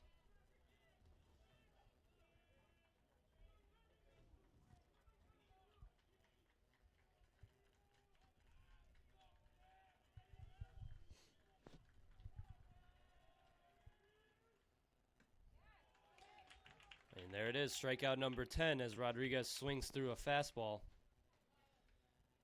And 2 quick strikeouts here in the top of the 6th for Costalos. A great job going right after him, a fastball in the outer half of the plate, and Costalos blew it right by him. So there are 2 down here in the the top half of the 6th inning. And Tyler Gambardella comes up to the bat. And Gambardella takes a pitch on the outside corner for strike 1. Gambardella is 1 for 2 on the afternoon. Had a 2-run double. And also struck out.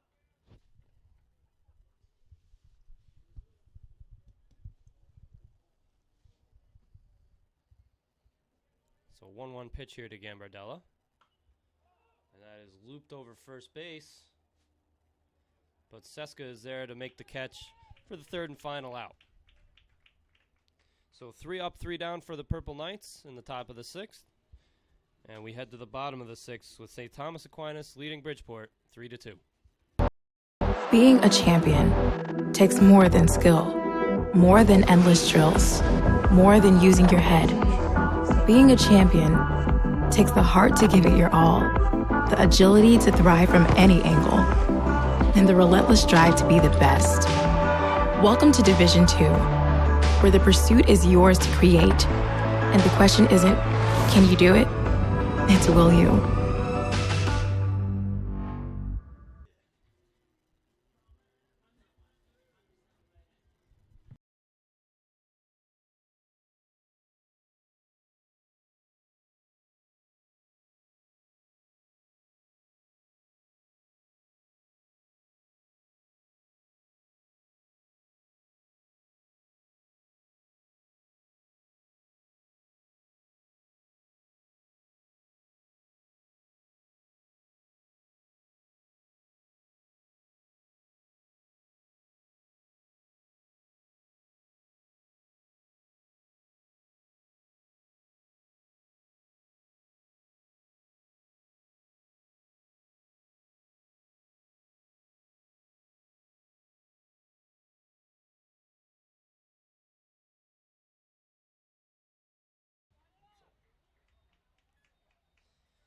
And we are back for the bottom of the 6th.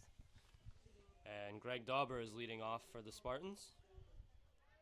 Dauber is 0 for 2 on the afternoon. Flew out to right in the 2nd and grounded out to 3rd in the 4th. And he takes the first pitch, low and away for ball 1. Lyman in 3 1/3 innings out of the bullpen, just 3 hits so far, 1 walk, 5 strikeouts. So he has been doing a great job of keeping the Spartans off the board ever since he entered the game with 2 outs in the bottom half of the 2nd inning. Entering this batter, he has thrown 57 pitches as his 1-0 pitch is taken for a strike.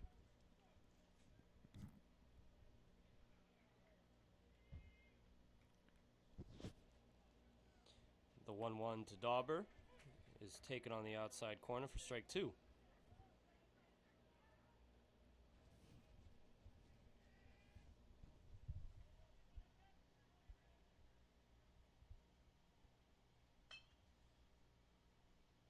Dauber fouls that one down the first baseline.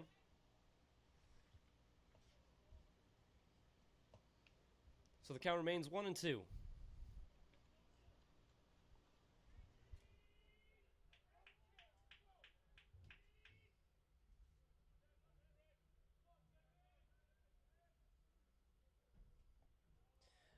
Breaking ball in the dirt evens the count now at 2-2.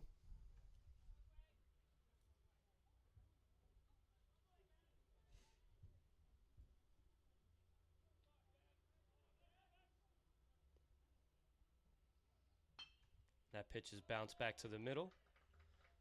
Lyman makes the play, flips over to first for the first out of the inning.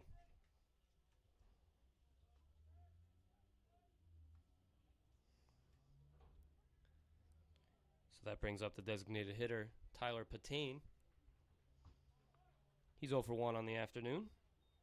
He walked his first time up and struck out in the fourth.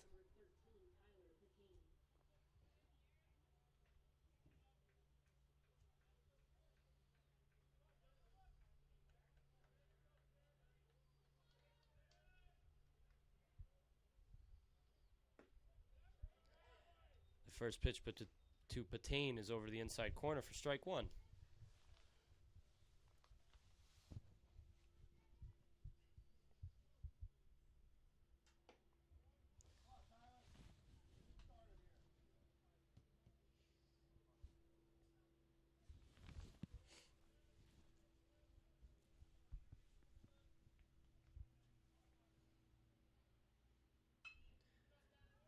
Patane fouls off the 1-1 pitch.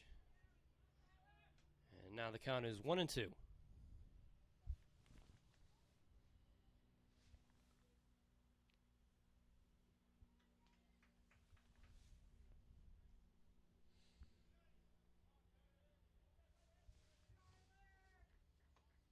The 1-2 pitch from Lyman. High and outside, even in the count at 2.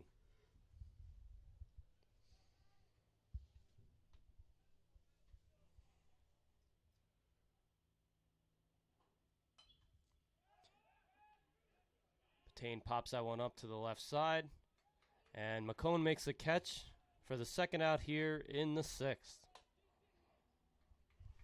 Great job of Lyman maintaining the strike zone and getting these Spartans out. Another successful turn of at bat against Lyman. And here will be the number 9 hitter, Richard Seska Jr., the first baseman for the Spartans. Seska is 0 for 1 on the afternoon.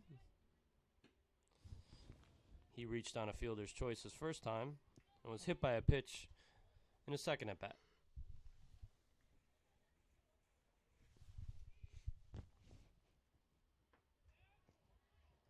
And he swings through that pitch, evening the count at 1.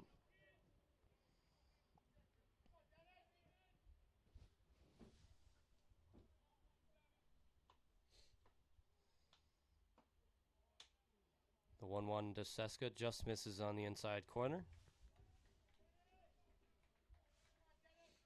And the count is 2-1 in his favor.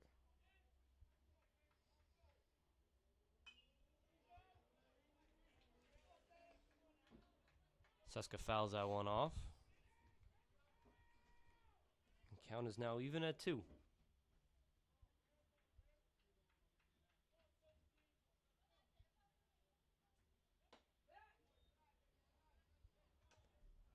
That one misses wide. Running the count full here to Richard Seska.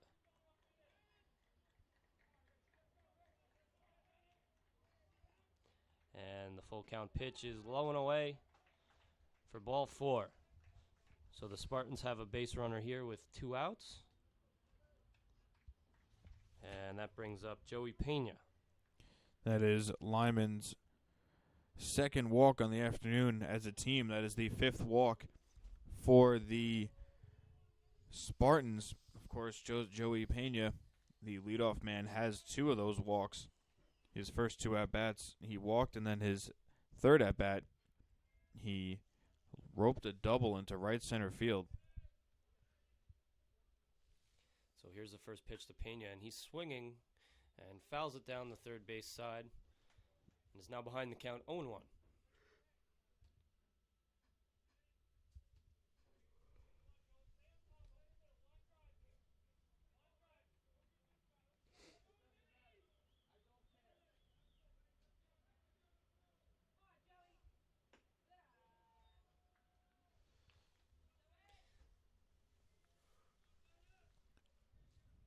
For Seska, that was his 27th overall walk. And he was hit by a pitch earlier in the game as well, so he gets on base at just around a 400 clip himself. It's an incredible number for the number 9 hitter in the order. And the 1-1 to Pena is hit up the middle, and a great diving stop by Negron, who flips to shortstop for the third and final out, taking a hit away from Joey Pena. So after 6 full innings, the score is still 3-2 here in favor of St. Thomas Aquinas. We head to the 7th inning in Game 2 of the ECC Baseball Championship.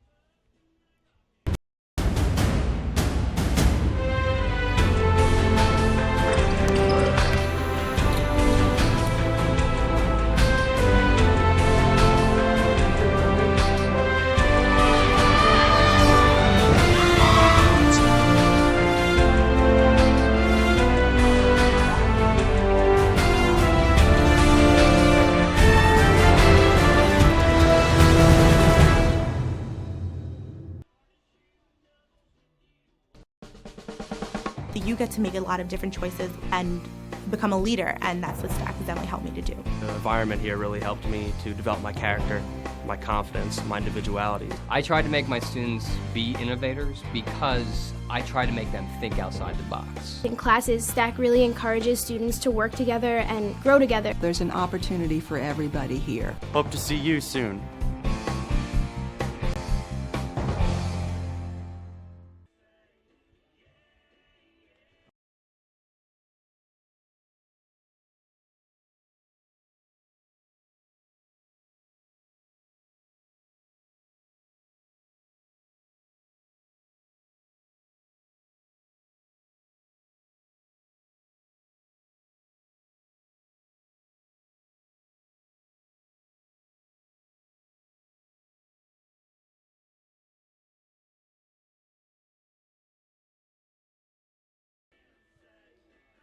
And welcome back. We're in the top of the 7th here. Matt Costalos has struck out 10 for St. Thomas Aquinas so far. His pitch count is starting to get a little high, though, as he enters the 7th inning with 97 pitches. He's thrown 3 complete games on the year, so we'll see how far Scott Muscat lets him go. And leading off for Bridgeport is the shortstop, Justin Carey. He bunts the first pitch up in the air, and Costalos lets it go, and it bounces foul. So smart play by Costalos and Del Priori behind the plate to let that one bounce foul, because Carey definitely would have beaten that out.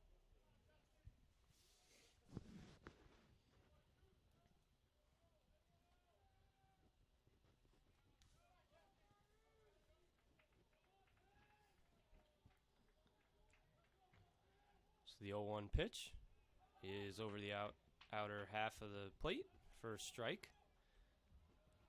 So Carey is now behind the count 0-2.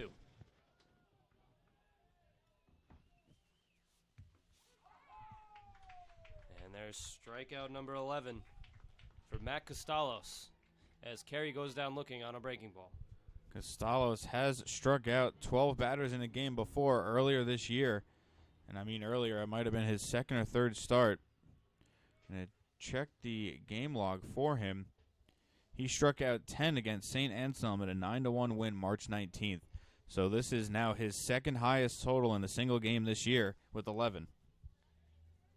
And Jose Negron is at the plate. Negron made that beautiful play to end the bottom of the 6th. And the count is even at 1. Jose Negron, who made that great diving play up the middle to end the the bottom of the 5th. And Negron grounds to second base. Fielded by Fisher and thrown over for the second out here in the top of the 7th. They turn the lineup over. Now the leadoff hitter, Darren Grabowski, back at the plate. Grabowski is 0 for 3 on the afternoon. And takes that pitch for ball 1. He struck out in the first, grounded to short in the third, and lined out to second in the 4th. Interesting to note that Jose Negron is the only batter that Costalos has not struck out this game.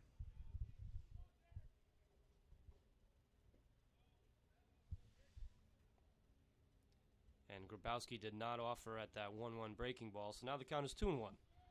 Also interesting to note that 10 out of the 11 strikeouts have been swinging.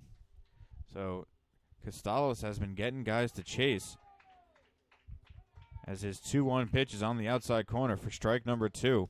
2-2 with 2 outs here in the top of the 7th.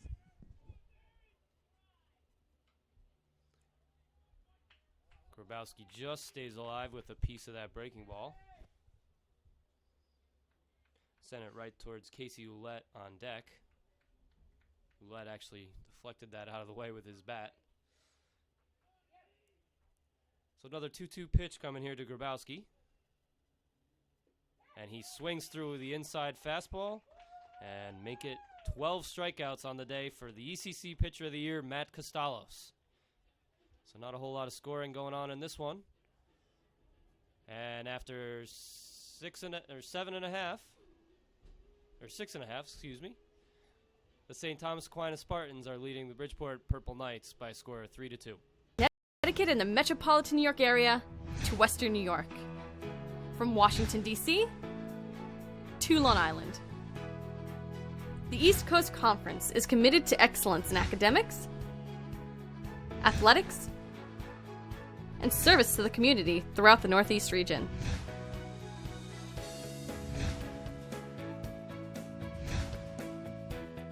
The East Coast Conference, a proud member of NCAA Division II. Being a champion takes more than skill, more than endless drills, more than using your head. Being a champion takes the heart to give it your all, the agility to thrive from any angle, and the relentless drive to be the best. Welcome to Division II, where the pursuit is yours to create, and the question isn't, can you do it? It's, will you?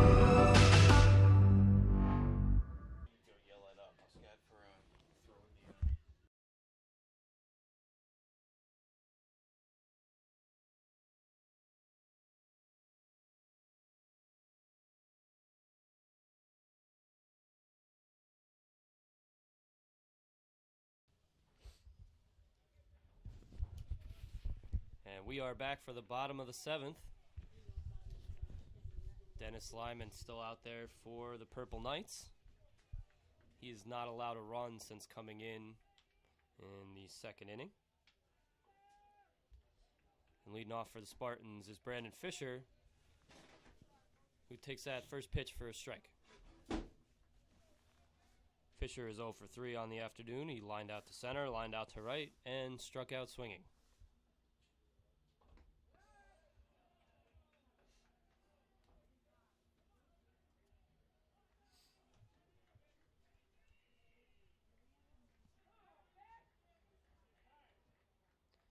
The 1-1 pitch from Lyman.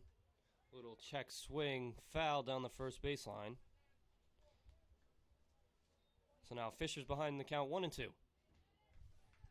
Lyman, the junior, was a transfer from Lee University, is doing a real great job in relief for the Purple Knights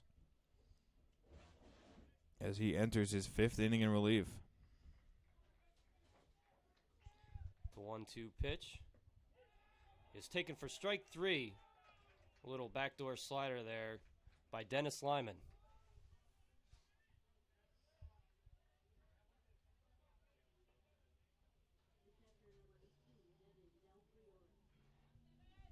That brings Devin Del Priore to the plate. The catcher is 2 for 3 on the afternoon. 2 singles, scored a run the first. He also struck out.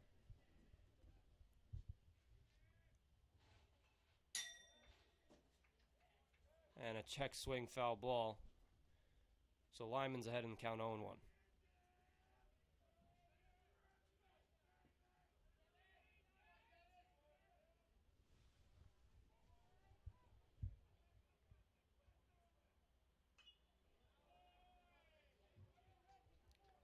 And a foul ball over the first base dugout. And the count is quickly 0-2 to Del Priore.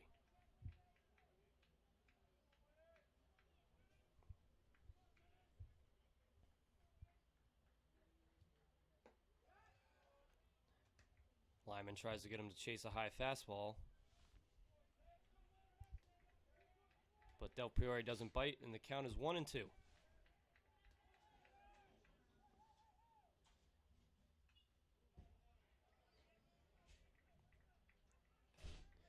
Del Priore just gets a piece of a breaking ball.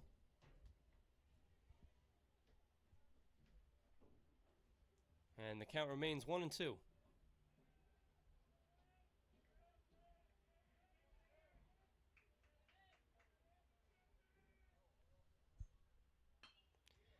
Del Priore gets into one to left field, but Grabowski is right there to make the catch for the second out here in the bottom of the 7th.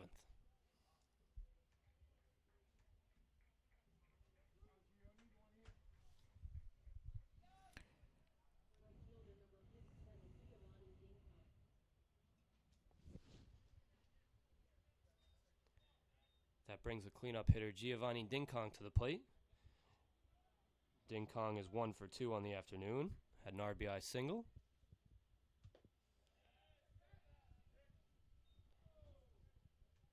And after an appeal down to first, they say he did not go. So the count is 1-0.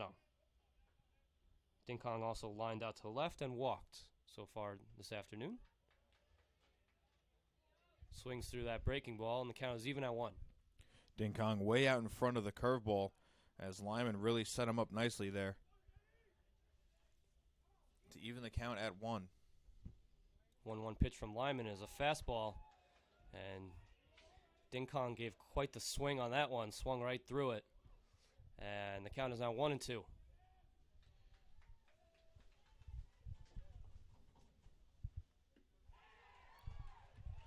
And Dinkong swings through that breaking ball, so a quick 1-2-3 inning for Dennis Lyman and keeps the Purple Knights only down a run. So we head to the 8th inning, and the score is 3-2 in favor of St. Thomas Aquinas at the 2016 ECC Baseball Championship.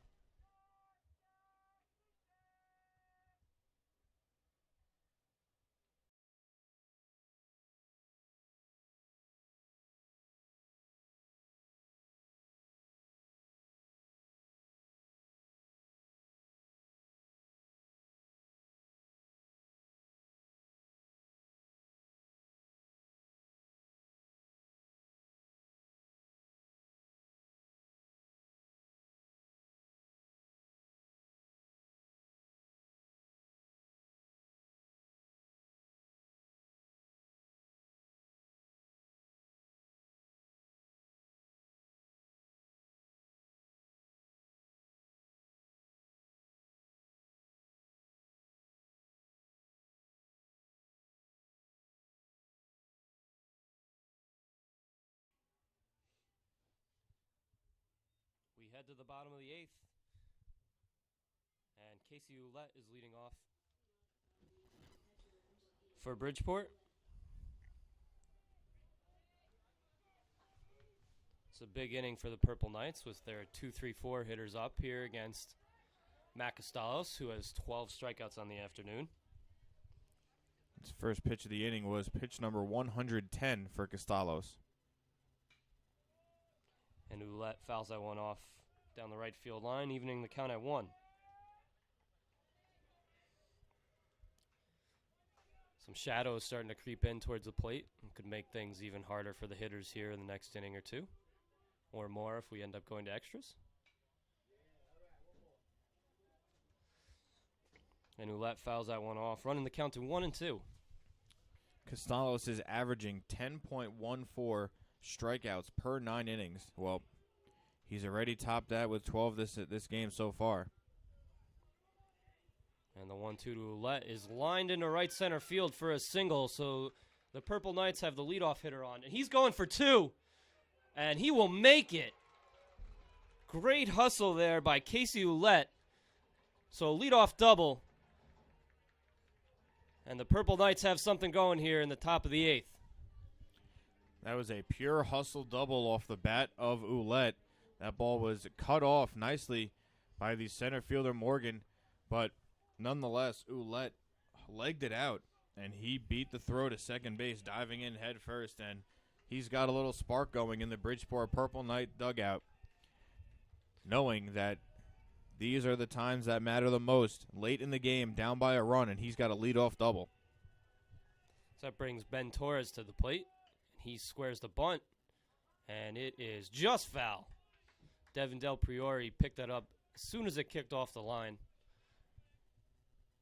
There was not much space between the line and the baseball there. Great job by Priore to let it go foul, and I don't know if they would have thrown him out if that ball was fair. That was a greatly placed bunt by Ben Torres, who, by the way, I'm pretty sure he's your 3-hitter. So you got your 3-hitter bunting, which, you know, at the Division II level is not all that uncommon. We'll see if they have him squaring again down in the count 0-1. Torres does have 1 sack bunt so far in the season, and he pulls the bat back there, and the count is even at 1-1. I guess in this situation you want to put the runner on third base and set up your big hitter, Casey McCone, who is on deck waiting to get a chance and another crack at Matt Costalos. So the 1-1 to Torres, squares the bunt again, and he hugs the line once again, but it kicks foul. So 2 bunts go foul for Torres. The count now is 1-2. You have to think that the bunt will be taken off here by Joe Tonelli. Now, those to me didn't seem like sacrifice bunts. It looked like he was trying to put down a bunt for a hit, as we are going to have a meeting at the mound by one of these St. Thomas Aquinas coaches. I'm not sure what this meeting is about, considering it is in 1-2 count, and I don't expect the bunt to be on, but again, they're coaching and I'm back up here, so who knows what's going to happen. You know, you have to wonder if he's trying to give somebody in the bullpen more time to get ready, but then again, they have their ace on the mound in Matt Costalos, and he might have, even with the 1-run lead here, he might have a little bit more leeway than some other pitchers might on their staff. Absolutely. As his pitch count nears 120, I mean, Costalos has been their workhorse all year, throwing more than 80 innings throughout the season. He's raring to go, and he's always been one of the guys that they've counted on in big games throughout his career. So Torres steps back into the box with the count at 1-2, and he should probably be looking for something to drive to the right side to get that runner over to third base, even with 2 strikes. There is movement and someone tossing in the St. Thomas Aquinas bullpen now. Torres fouls that one off, and the count remains 1-2. So big moment in the game here. Casey Ouellette on second base with a leadoff double for the Purple Knights. And a 1-2 count with nobody out here to the 3-hitter Ben Torres. And that one gets away from Del Priore. So Torres is off the hook now for not getting those bunts down as Ouellette moves to third on the wild pitch.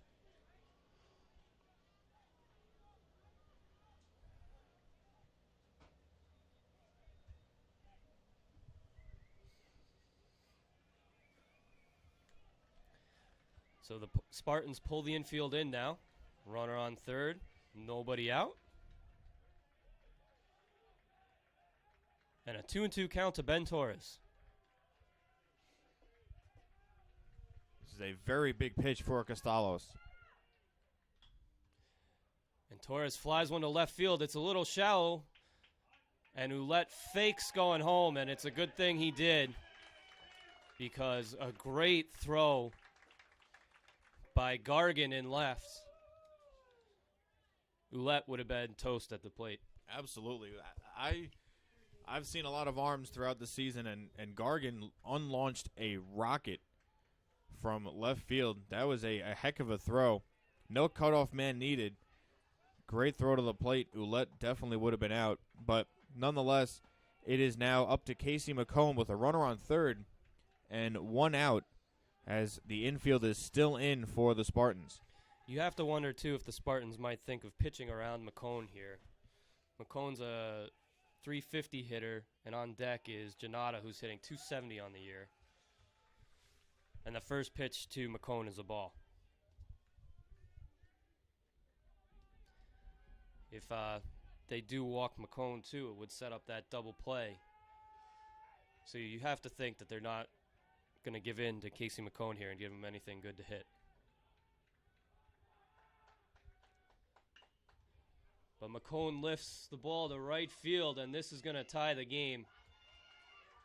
Ding Kong makes the catch and throws it in, but it's well too late. And Casey Ouellette comes home with the tying run. So Casey McCone with the big sacrifice fly, and we have a tie ball game here in the top of the eighth. Great situational hitting by McCone, as his job was to drive in that run no matter what, and he was able to get a pitch that he can handle, drive it deep to the outfield, and Ouellette could have just walked on in how deep that ball was hit. A great job by McCone. So now nobody on and two outs, and Alex Janata steps to the plate, and he fouls off the first pitch from Costalos.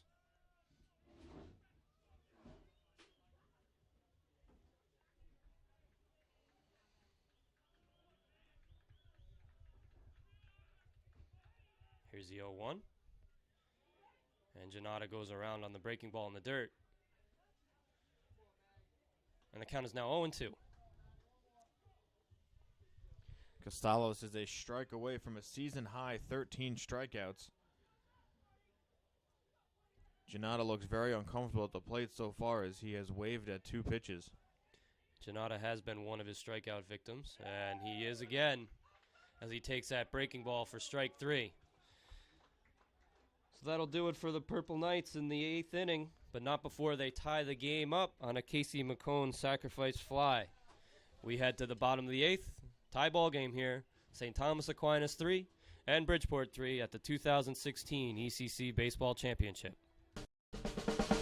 You get to make a lot of different choices and become a leader, and that's what Stack has definitely helped me to do. The environment here really helped me to develop my character, my confidence, my individuality. I try to make my students be innovators because I try to make them think outside the box. In classes, Stack really encourages students to work together and grow together. There's an opportunity for everybody here. Hope to see you soon.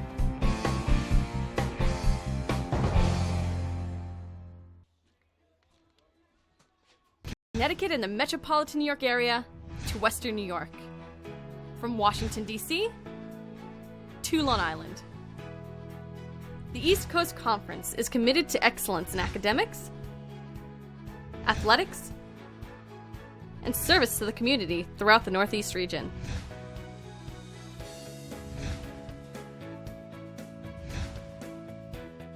The East Coast Conference, a proud member of NCAA Division II.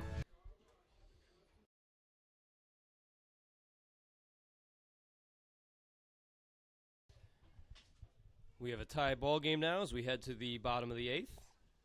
Nick Gargan leading things off for the Spartans. And Dennis Lyman continues on the hill for the Purple Knights. Lyman has thrown 5 1/3 scoreless innings here for Bridgeport. And nearing his season high for innings pitched in an appearance. And the first pitch to Gargan is low. Gargan squared to bunt for a hit, but pulled it back. Lyman already has a season high in strikeouts with 7. He struck out 6 batters in his last appearance at Dowling on May 7th in a 7-1 win in which he threw 7 innings. And Gargan fouled that one down the left field line, and the count is even here at 1.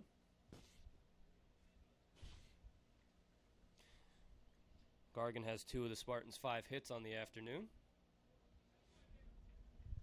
with a triple in the first and a double in the third.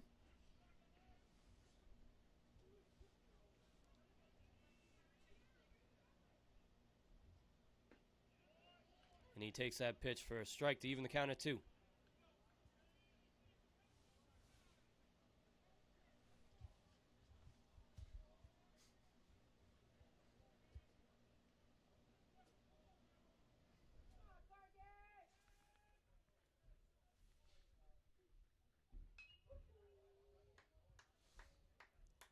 And Gargan chases what might have been ball 3 there and fouls it off. So the count remains at 2-2.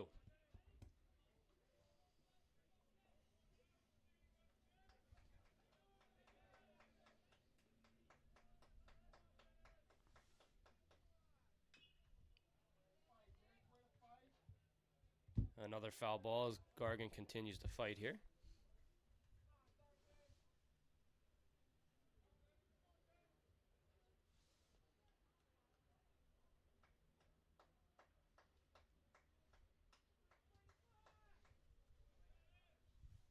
Nick Gargan, a senior at a St. Anthony's High School in Esconset, New York, is his hometown.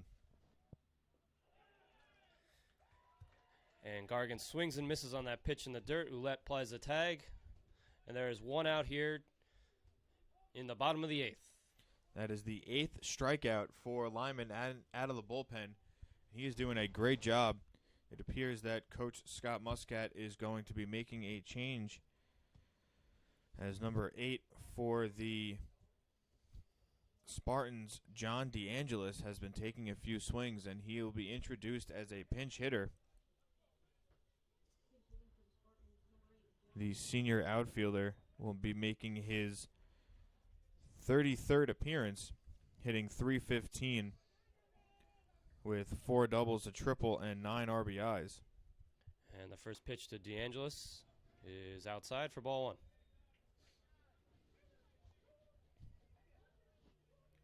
So DeAngelis pinch hits for the freshman Morgan.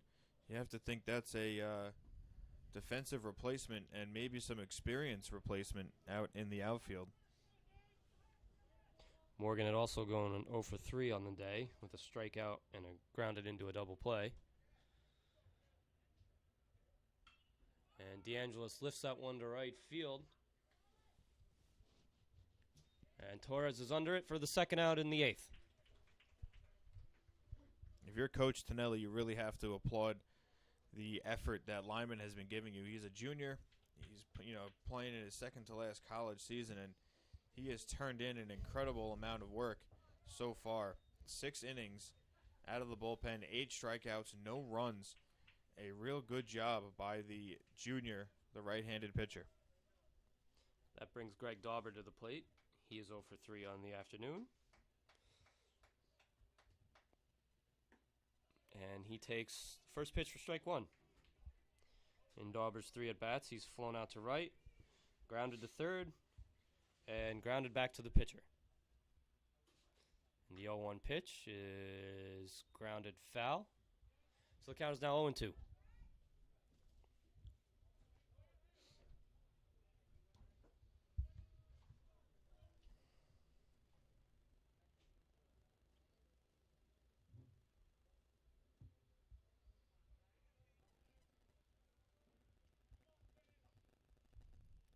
Lyman's 0-2 pitch is high and out of the zone, so the count is now 1-2.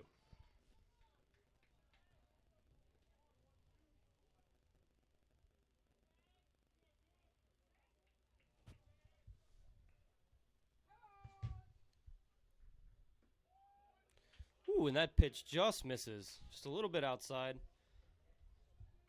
And that evens the count at 2. to Dauber. If Dauber were to reach, the designated hitter, Tyler Patane, would be next. And Dauber fouls that one off to keep the count at 2-2.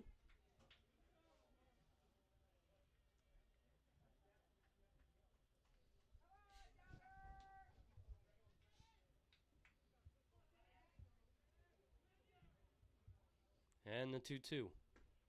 Inside ball 3.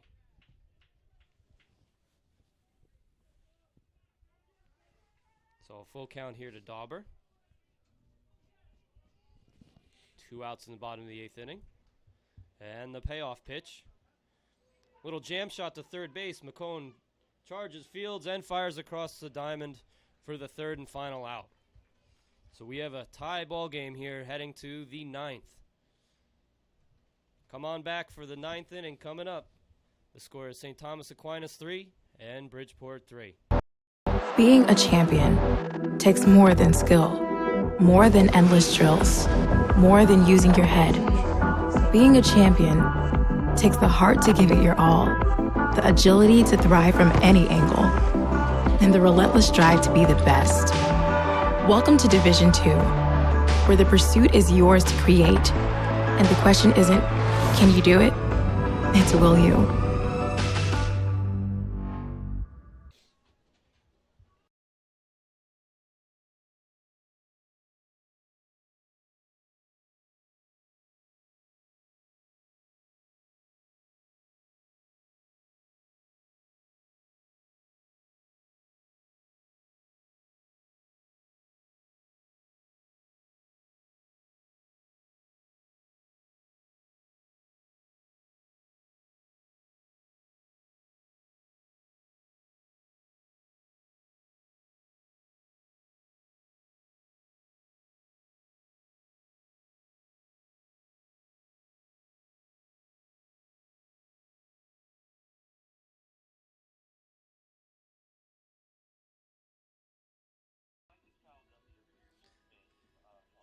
As we head to the 9th inning, there's a new pitcher on the mound for St. Thomas Aquinas. That is number 88, George Navidel. Navidel has 18 appearances on the year, all out of the Spartans bullpen. A 1-2 record with an ECC leading 12 saves, 165 ERA in 16 and a third innings pitched, and 11 strikeouts on the year. So the Spartans bringing in their top reliever here in the top of the 9th in the tie game. Matt Costalos, the ECC pitcher of the year, pitched 8 innings and struck out 12 Purple Knights on the day. So good outing by the ECC pitcher of the year, but cannot win it as we head to the 9th here in the tie game.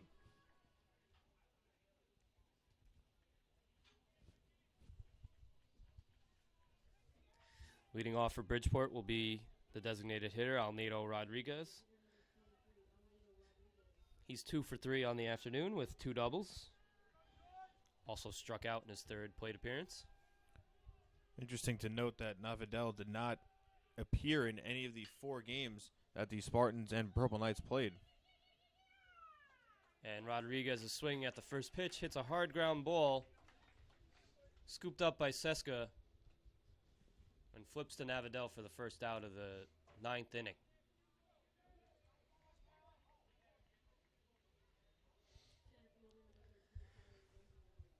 That brings Tyler Gambardella to the plate. He is 1 for 3 on the afternoon. Should mention that John DeAngelis stayed in the game and moved to center field, a straight switch with Michael Morgan.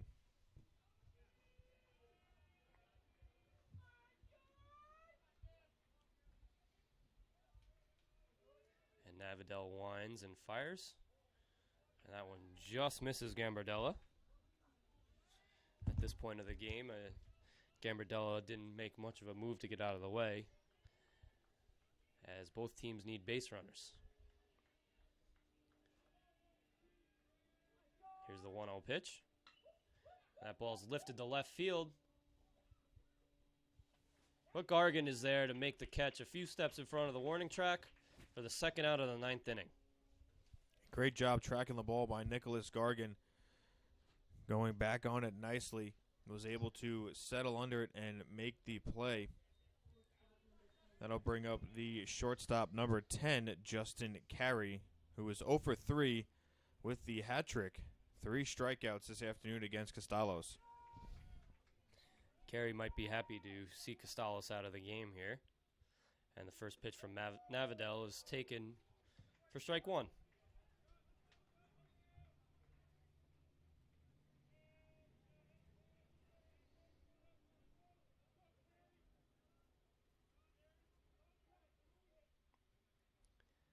The 0-1 pitch, swung on and missed.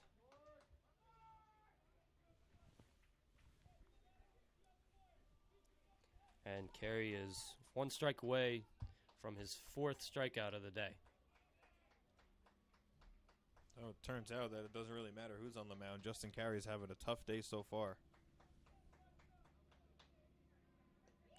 And he swings and misses for strike 3. So a quick 1-2-3 inning for George Navidel and the Spartans. And we head to the bottom of the 9th. St. Thomas Aquinas has a chance to walk off in the second game of the ECC Baseball Championship.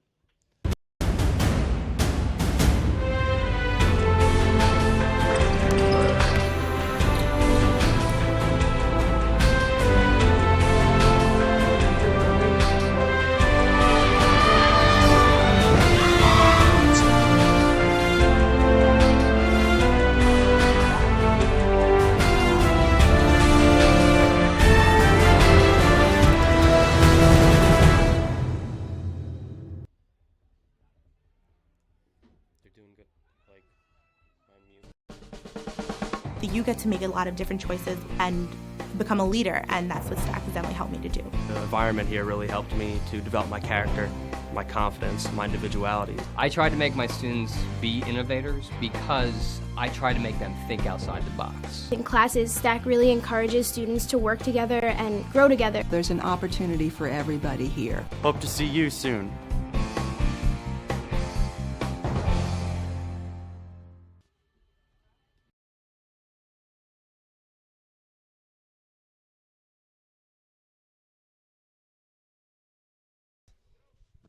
With Dennis Lyman still on the mound for the Purple Knights, he came into this game in the 2nd inning in relief of Purple Knights starter Ridge Ackerman. He's at 105 pitches as we head to the 9th here. We have a pinch hitter for St. Thomas Aquinas. Stepping to the plate is number 28, Jonathan McGugan. Guggen's a 306 hitter on the year, 19 hits and 62 at-bats. 1 double, 1 home run, and 10 RBIs, and he takes the first pitch from Lyman for a strike. And he also takes the second pitch from Lyman for a strike and is behind in the count 0-2.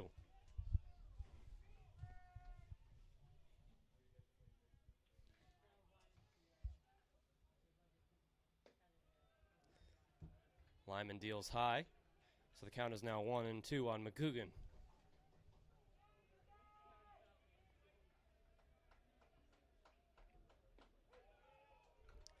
And he takes that breaking ball for strike 3. So not a great pinch hitting appearance there from McGugan. Doesn't take his bat off the shoulders. And watches 3 strikes go by for the first out here in the top of the 9th, or bottom of the 9th. That'll be the 9th strikeout for Dennis Lyman. A great job in relief. We've been saying it all afternoon. Really doing a great job for Coach Tonelli. That'll bring Rich Seska to the plate. And he just skips out of the way. That would have been his second hit by pitch of the game. Seska is one of 3 Spartans with 5 home runs on the team. If he can put a charge into this one, the Spartans could be celebrating a walk-off victory. But as the number 9 hitter, he's just looking to turn the lineup over with a runner on base. And Seska fouls that one out of play down the left field line. And the count evens up at 1-1. On the day, Seska is just 0 for 1. He does have a hit by pitch.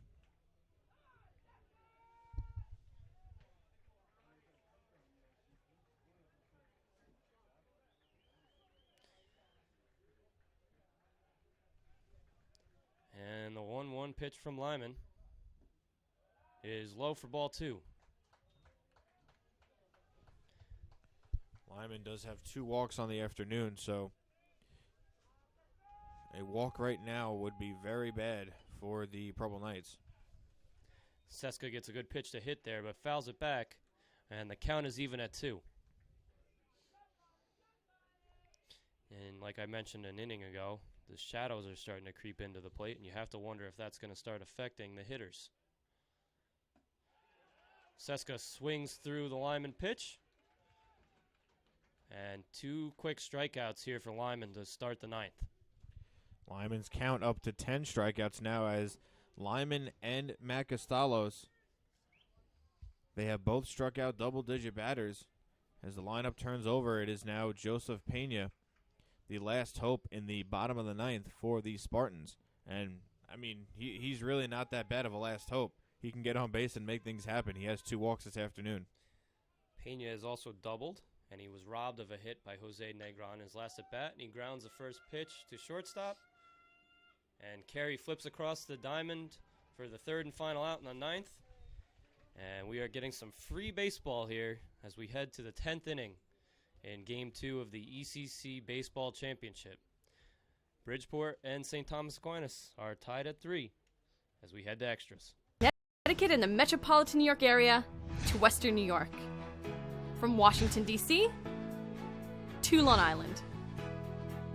The East Coast Conference is committed to excellence in academics, athletics, and service to the community throughout the Northeast region.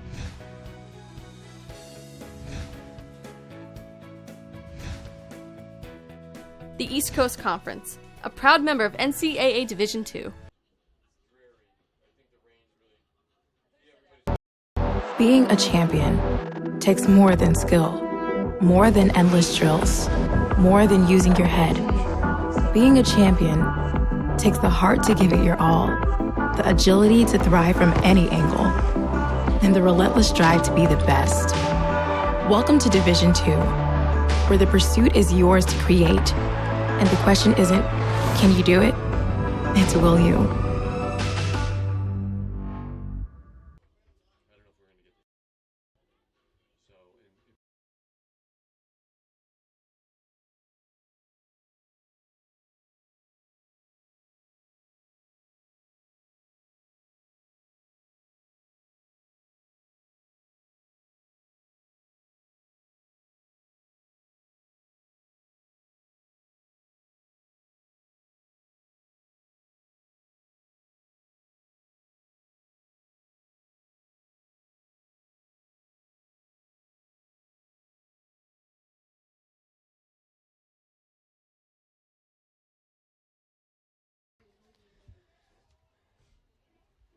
In the top of the 10th, Jose Negron is leading off for Bridgeport.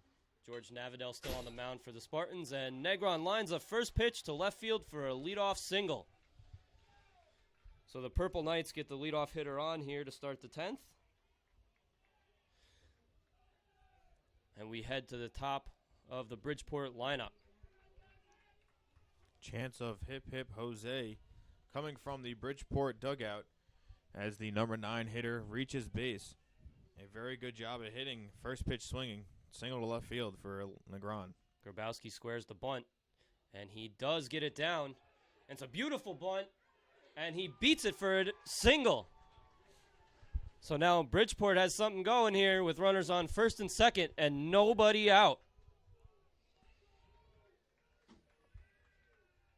Interesting to note that this will be the first time since April 24th that Navidel is pitching longer than an inning. He threw an inning and a third in a 6-5 win over Dowling on April 24th over just about 2 weeks ago. Now struggling to get outs as the first 2 batters have reached, with Casey Ouellette, the catcher for the Purple Knights, coming to bat with nobody out. Ouellette is 2 for 4 and had the big hustle double to start the 8th inning and came around to score the tying run, but you have to think he's probably bunting here, and he is. He squares but pulls back and takes the first pitch from Navidel for ball 1.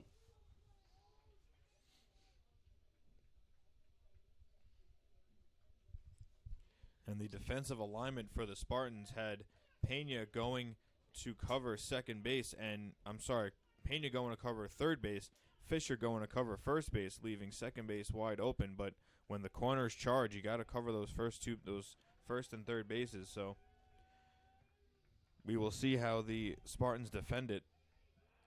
Pickoff plays on, but Negron gets back in plenty of time.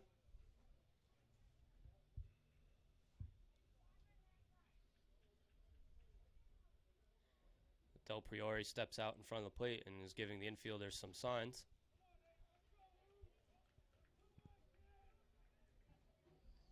And Ouellette steps back into the box.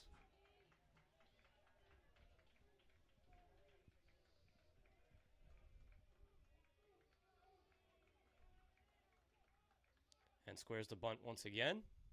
And fouls it off himself. But he was in the box, so just a foul ball. Some complaints coming from the crowd that he was out of the box and should be out.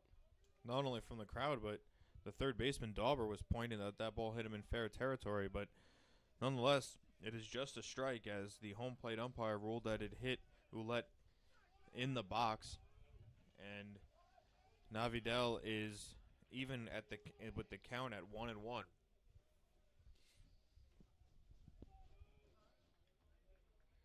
And Ouellette does not bunt this time. But third base is stolen by Negron.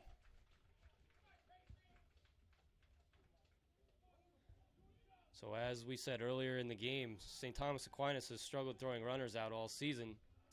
And Negron steals third to put runners on the corners and nobody out. I didn't even hear anyone yell that he was going. So now the infield is in for the Spartans. And there goes Grabowski from first. So he steals second, and now there's runners at second and third. Nobody out for Bridgeport. That ball scooted away from the catcher, Del Priore. Was stuck in his feet, but nonetheless, runner advances to second. The infield is in, and Ouellette, all he has to do is put one in the air to the outfield, and they'll have a run. And that one is low and away and runs the count full here to Ouellette.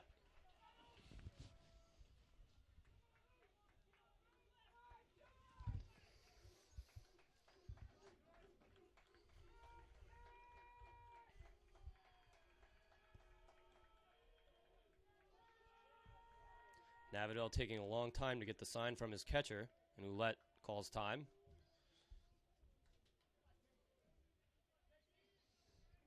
So full count. Runners on second and third, nobody out. Tie game here in the top of the 10th. And a big opportunity here for the Purple Knights. And that is ball 4 to load the bases. And if you're St. Thomas Aquinas, that might not be the worst thing in the world, as now it sets up a force at every base.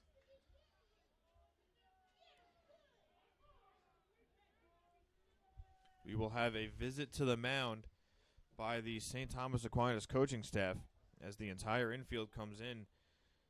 And at this point, I would keep the infield in, because a ground ball to any of the four infielders, and including even the pitcher, that ball has to come home to cut down the lead runner.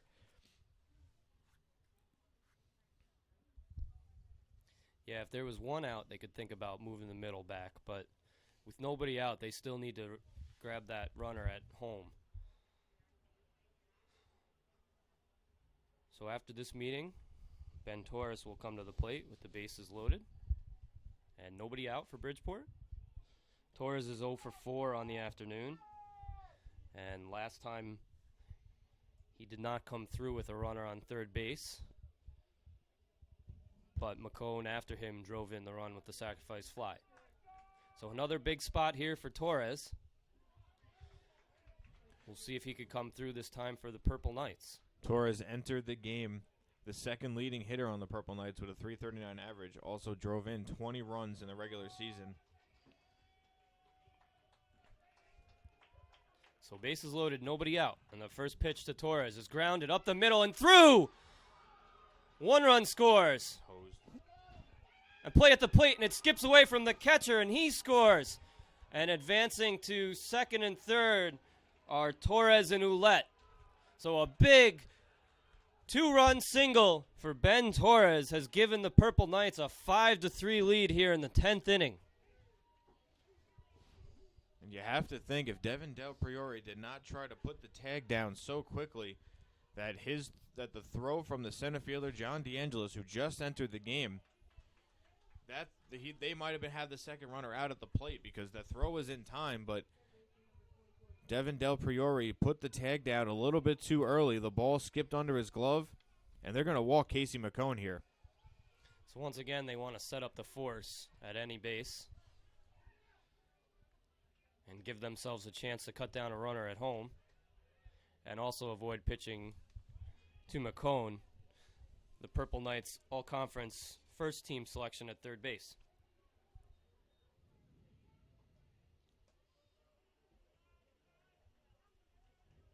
For the Purple Knights, that was just the second hit in 9 at-bats with runners in scoring position in this game.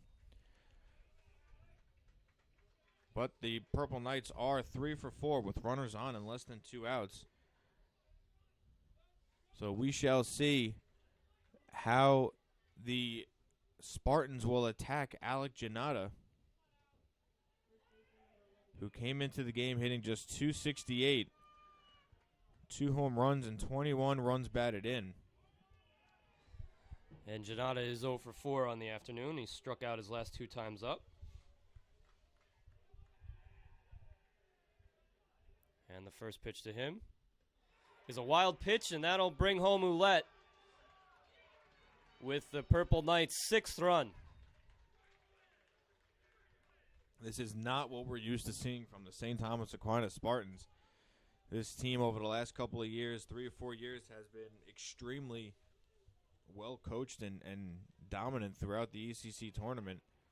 And to see it falling apart like this in the top of the 10th is very uncharacteristic of the Spartans.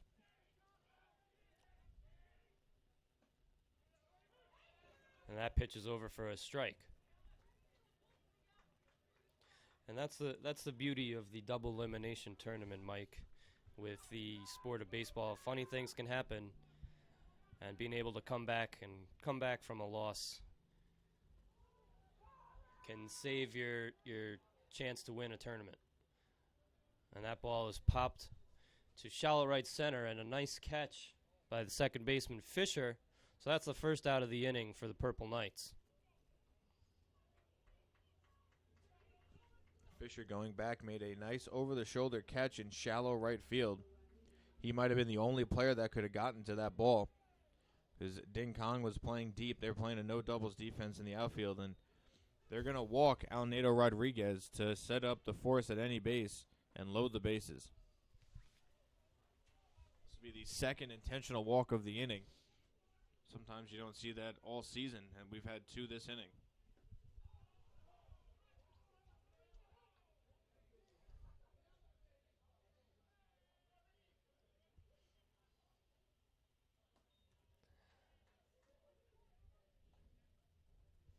One more pitch to Rodriguez, and he'll be put on. A good reason that he's been walked so far. He has 34 runs driven in, which is tied for the team lead. They walked McCone, who had 34 runs driven in coming into the game, and now they walked Rodriguez with 34 coming into the game. So they're going to want the other batters in this Bridgeport lineup to do the damage, and so far in the inning they have.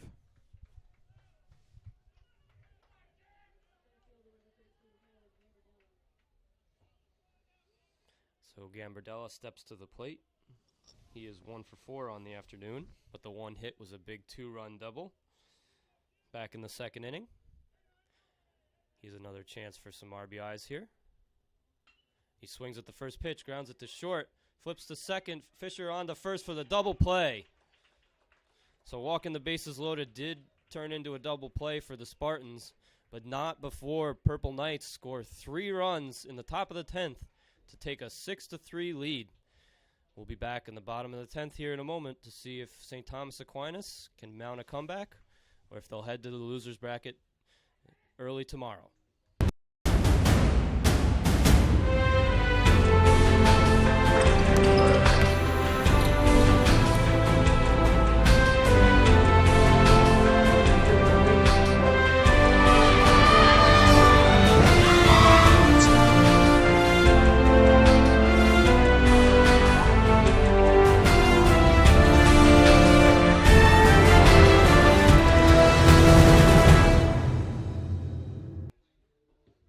And then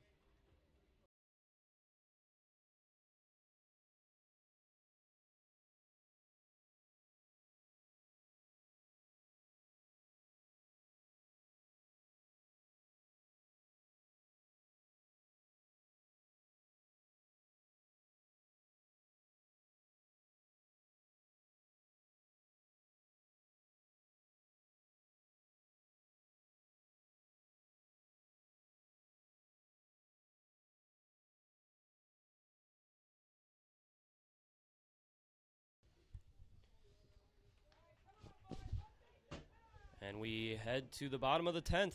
St. Thomas Aquinas needs to mount a rally here. And Brandon Fisher, their number 2 hitter, will lead things off.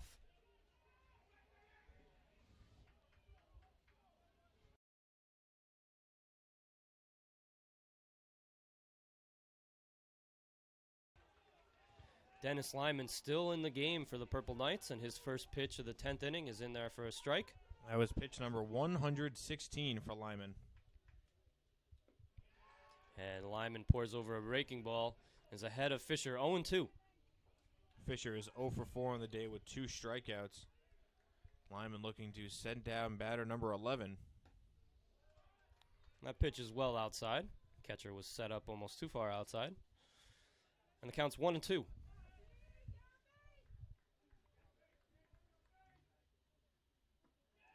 The 1-2 just misses. Lyman threw a backdoor breaking ball, just a little bit inside, and the count now is run even to Fisher at 2-2.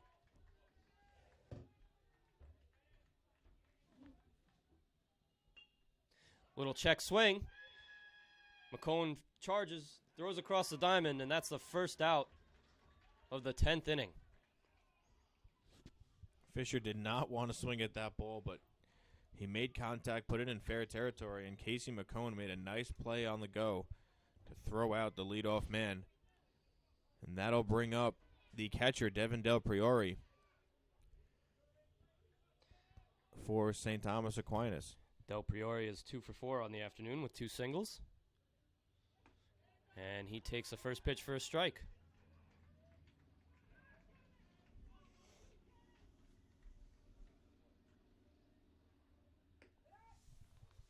The 0-1 from Lyman is low and away, evening the count.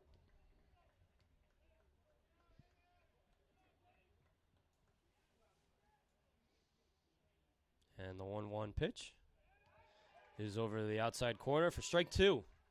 Del Priori did not agree, shaking his head, looking back at the home plate umpire. And the 1-2 pitch swung on and missed. So another strikeout for Lyman. And St. Thomas Aquinas is down to their final out here in the opening game for both teams in the ECC Baseball Championship.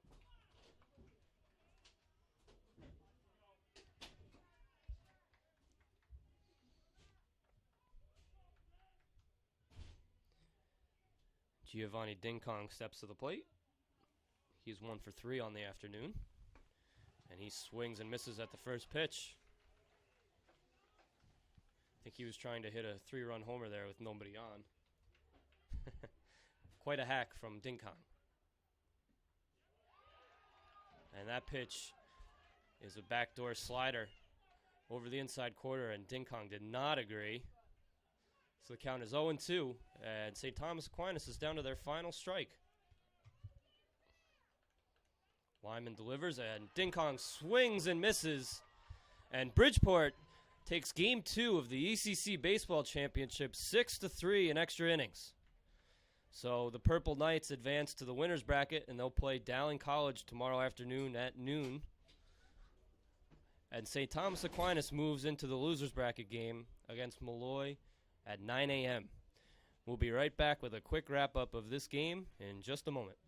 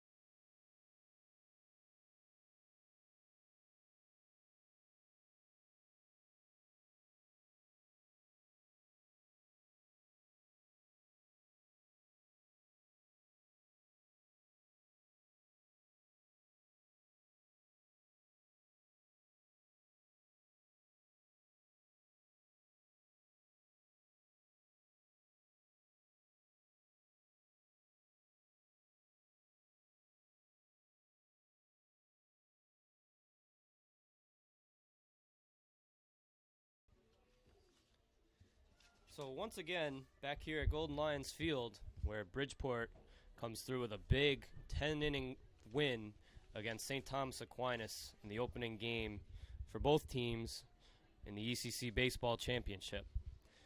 Dennis Lyman was outstanding for Bridgeport. He earns the win and moves his record to 3-2. He came in relief through 8 1/3 innings, allowed only 3 hits, 0 runs, 2 walks, and 12 strikeouts. George Navidel picks up the loss for St. Thomas Aquinas, moves his record to 1-3 on the season. The game took a little bit less than 3 hours. So now, like I mentioned before, Bridgeport moves on to the winner's bracket game tomorrow at noon against Dowling College, and St. Thomas Aquinas moves into the loser's bracket and will play Malloy at 9 a.m. in an elimination game. St. Thomas Aquinas is no stranger to the loser's bracket and coming back to win the championship, as they did so in 2014 right here at Golden Lions Field. So we'll see if they can bounce back in the morning. That'll do it for us here today from Shirley. Be sure to tune in bright and early tomorrow morning at 9 a.m. for Game 3 of the ECC Baseball Championship. Thanks once again to Mike Steenkamp and all the folks here at Dowling College doing a great job running this tournament. So once again, that'll do it from Shirley.